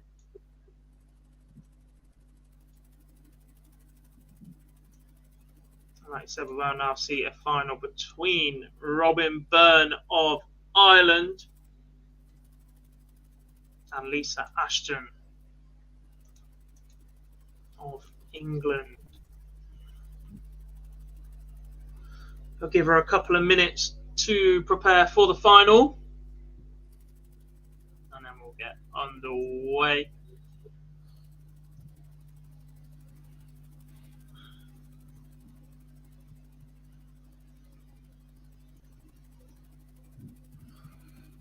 Chat room, what are you saying?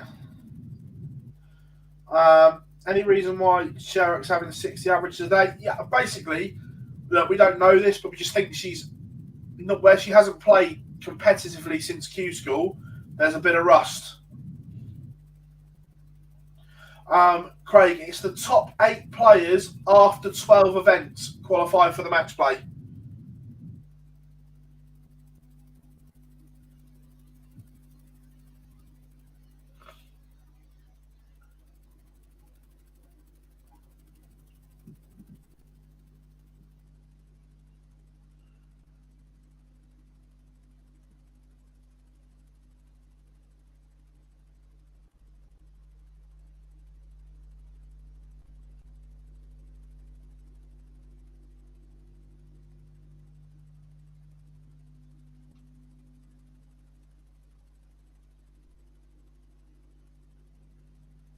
Just waiting for the final to go live. Been an interesting day so far. Reminder, we will be back tomorrow to cover the women's series once again. Apologies, I do keep getting that mixed up. From 10 a.m. once again.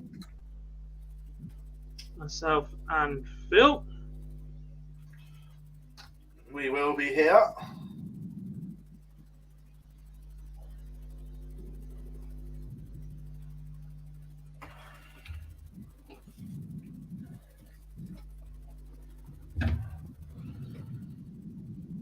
When we're done, I'm turning the computer off, shutting the front door, and then absolutely jacked tonight.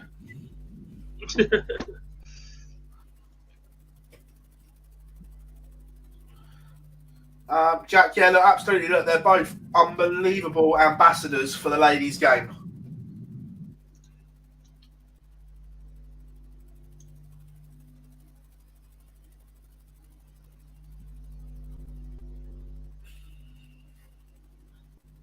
Two wins from a quarter of the events.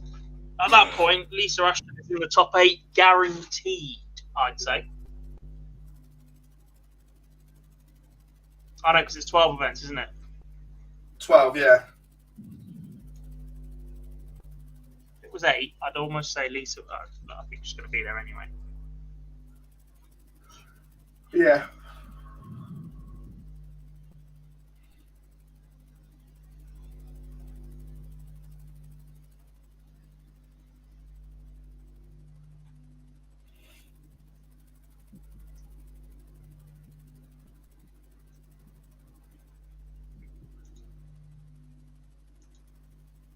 Is live darts data down for you for the Euro Tour scoring? Let's have a look. Or is it just me?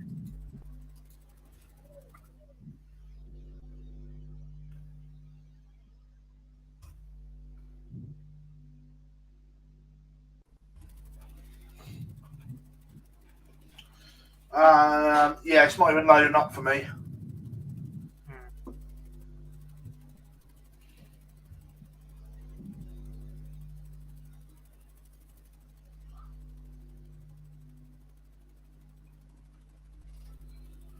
This site cannot be reached. Yeah.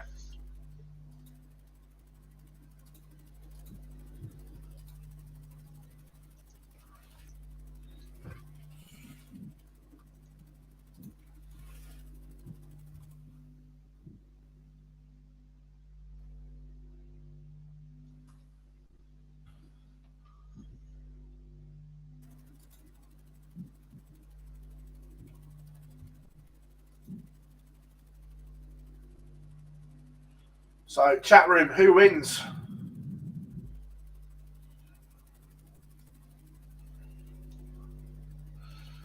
I suppose, God, for the great romantic in us all, it would be great if Robin Byrne won. It's for a new storyline. Yeah.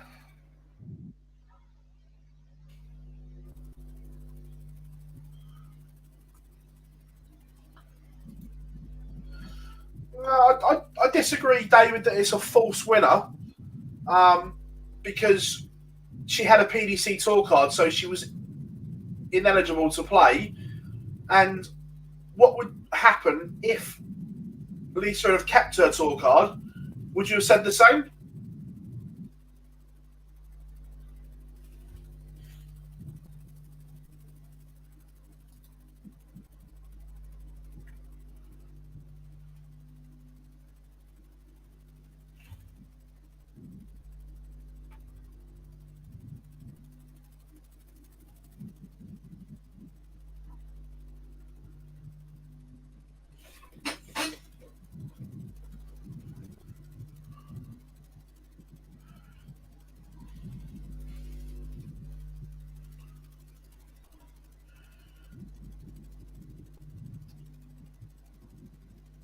What do you reckon, Gob? Can Robin Byrne find something? She's dug it out a couple of times. She has to find the treble from the very start. She starts finding the treble, she's got a real chance. But we've seen her hover around that mid-70s average for a large part of the day. Lisa just has that extra gear, even if it's just a leg or two to take it away.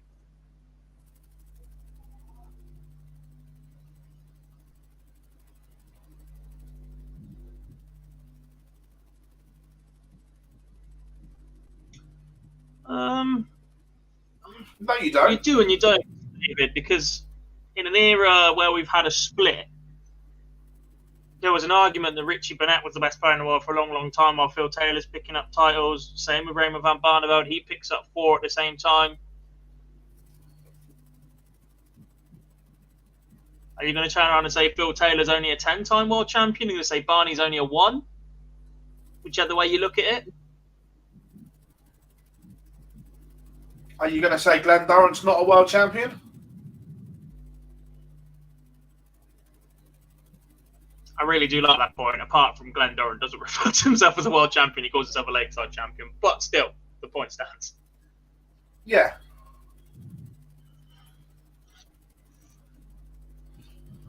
All right, Stephen Bunting certainly calls himself a world champion. Yeah. Martin Adams.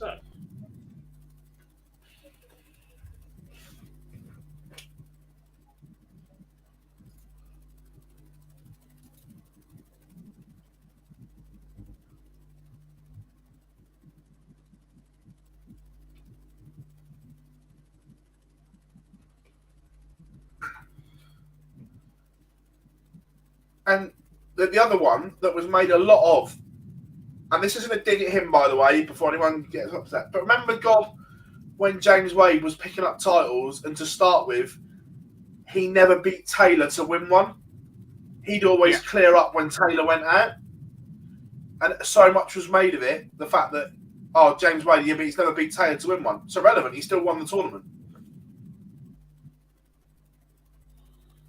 Yes. Lisa Ashton has the darts, and we are underway.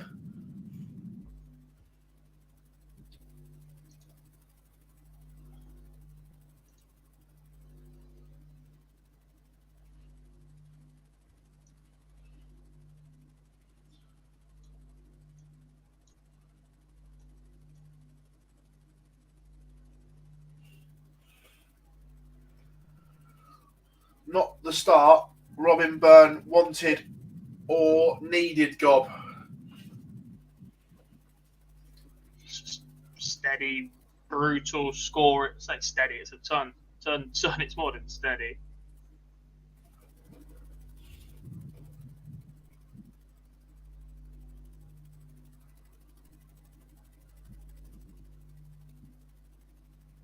It's the second time we've seen that today. Ton, 26.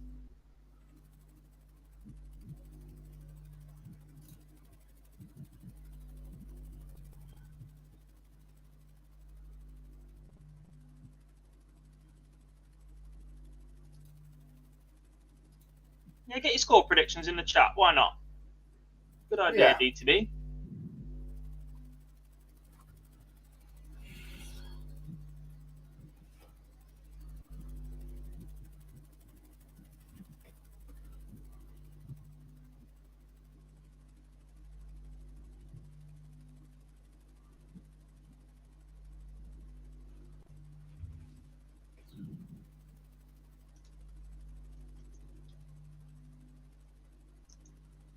Ashton does take the opener.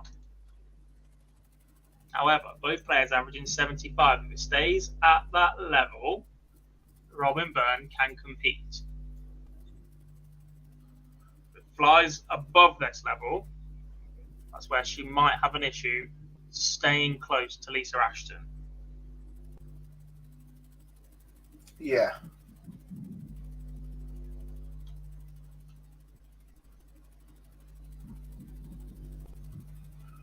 That's what we said. It's like Lisa and Fallon, that's the difference between them and the rest of the field, is the gears they've got to go through. Yeah.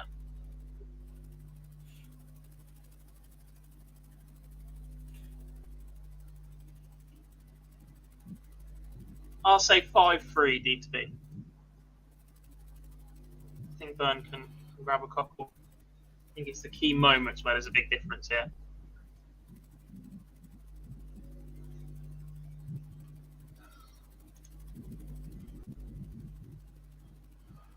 I'm not sure best, David. Most successful, 100%. But it's that line of how are you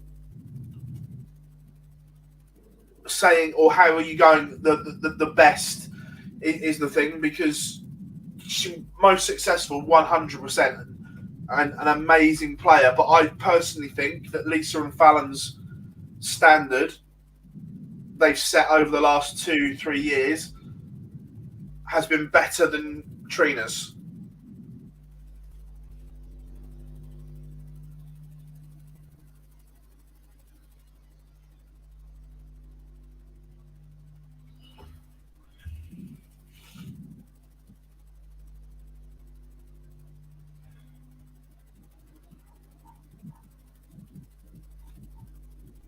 One apiece. Robin Byrne with a better average right now. She's playing well. Huge leg, by the way, from Jose de Souza to force a decider against Kim Hybrex on the Euro Tour.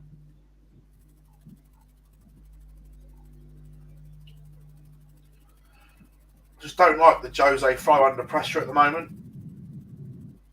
It's too much shoulder involved.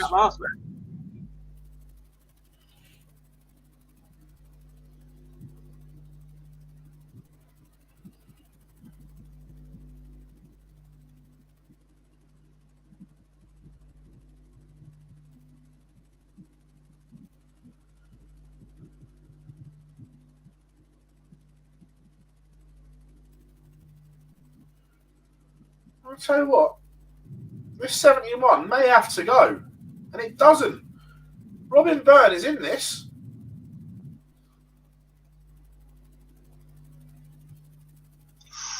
Not when she busts the 66, though. How's she done that?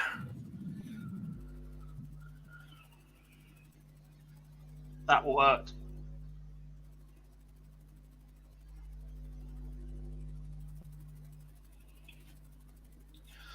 Sky are showing the ladies' match play, Jamie, yes.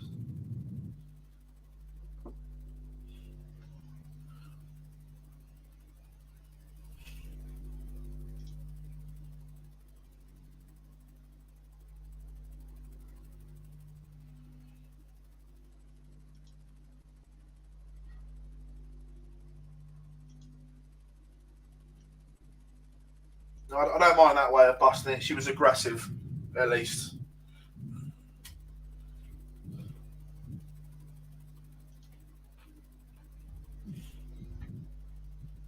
Treble 10, single 18.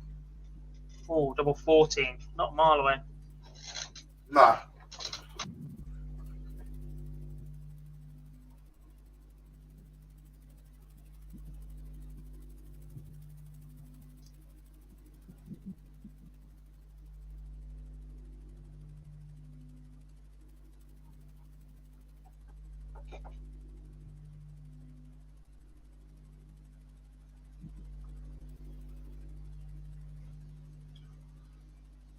Double 19 missed by Robin Byrne as well.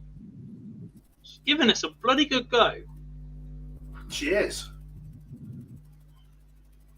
Would you split this?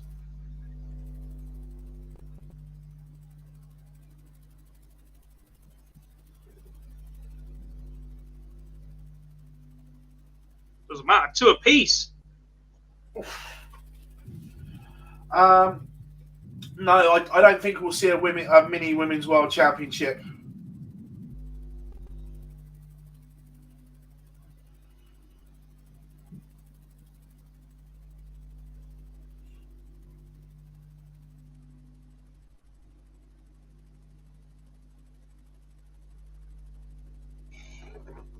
I think the minute there's a PDC Women's World Championship, any talk of darts being a sport mixed, etc., is gone.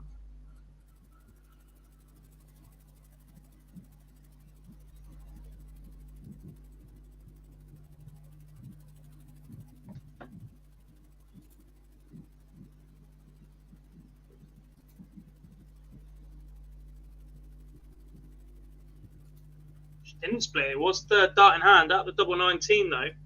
First two went low. Jose de Souza beats Kim Huybrechts in the deciding leg.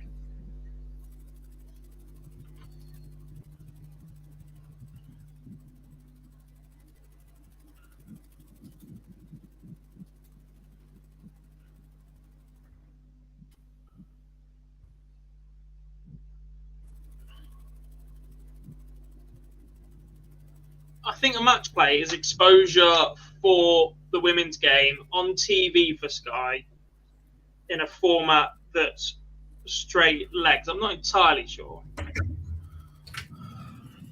It helps the growth of the ladies' game. It gives more ladies more opportunities. There's a big difference between being a match play ladies champion and declaring a world champion. I think that's the level. They've started going down the road, yeah, granted, but I think once you hit a women's world championship,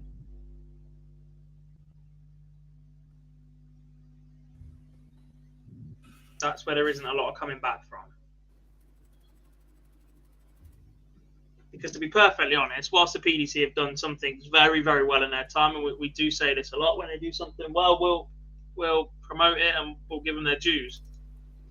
The way they've built up from the top, spreading out, and then trying to get the levels below with like the Dev Tour, Challenge Tour, and almost backdoor entries to a lot of things, and trying to get all the different tours to feed into each other, I don't think it's the best structure it could be. And the minute you start gifting places to one event for winning another, etc., from supplementary tours or side tours, and you've got a Women's World Championship, at what point do actual tour card holders get any of this benefit, get any of these extra opportunities to qualify for tournaments apart from brutal standalone qualifiers? Because they don't have a protected characteristic.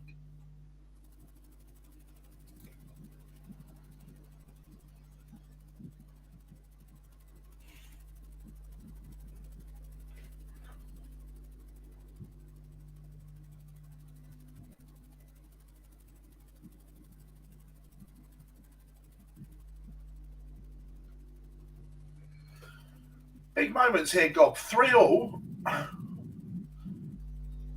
And this gets interesting. 4-2. And the writing could be on the wall. Good indeed. Big moments here. It doesn't go.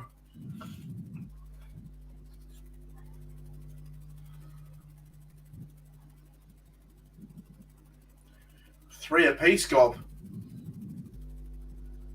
What Robin Byrne would give for a break of throw around now.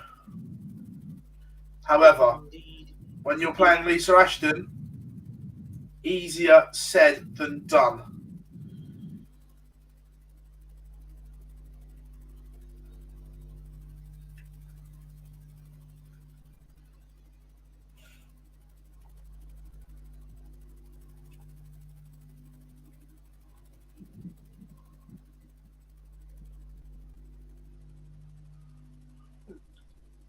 Big Dev on the stream. We may get a cheeky look at his new equipment.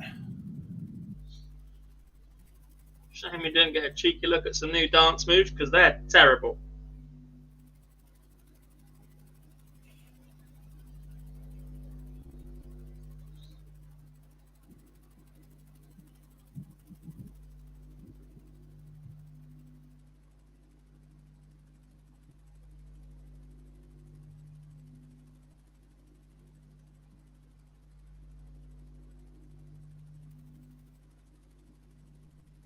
It's not quite happening for Robin against the darts here. Comfortable holding 14 darts for Lisa Ashton. Puts her one away. Obviously a huge leg coming up. Robin Byrne can either force a decider or Lisa Ashton can seal her second title of the day. Just a 44 to open for Robin Bird. She's around that mid-70s average. Lisa just crept above 80. Jamie, you want to see Gob in Pop World? I'm unreal, mate.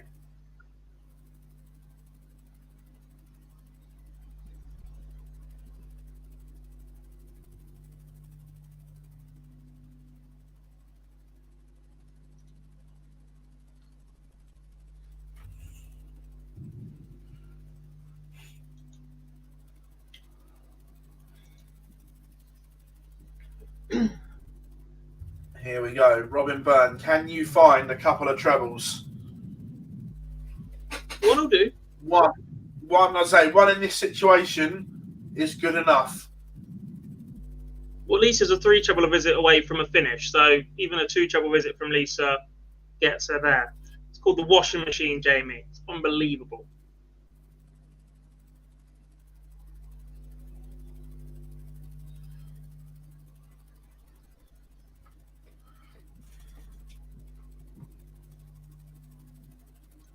That's the issue. 59 from Robin Byrne does leave a finish, but Ashton clatters in a 135 to leave 94.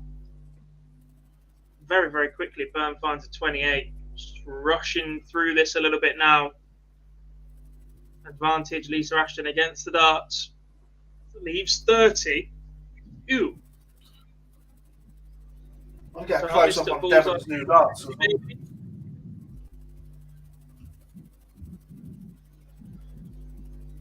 And it's just not quite happening for Robin Byrne right now.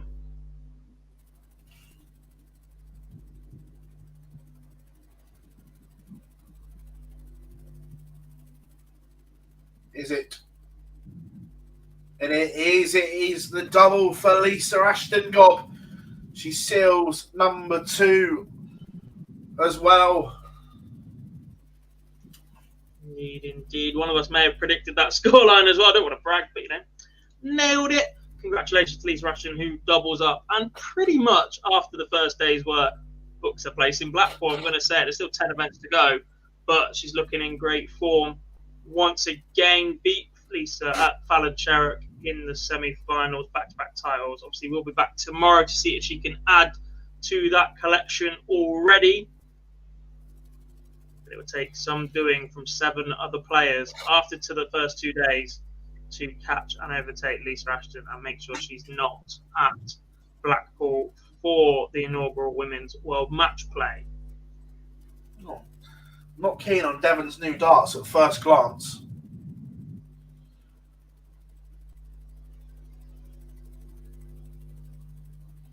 They look a little bit thinner. Not against that.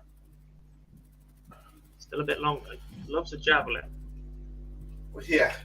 Well, everyone, thank you very, very much for all your support here on day 1 of the PDC Women's Series. We will be back tomorrow, myself and Gob, to make sure everything is on hand that you need. Gob, absolute pleasure as always, mate. Thank you very much. See you same time in the morning. Yes. Without being woken up at stupid o'clock by my girlfriend today. Yeah, brilliant. See you all later.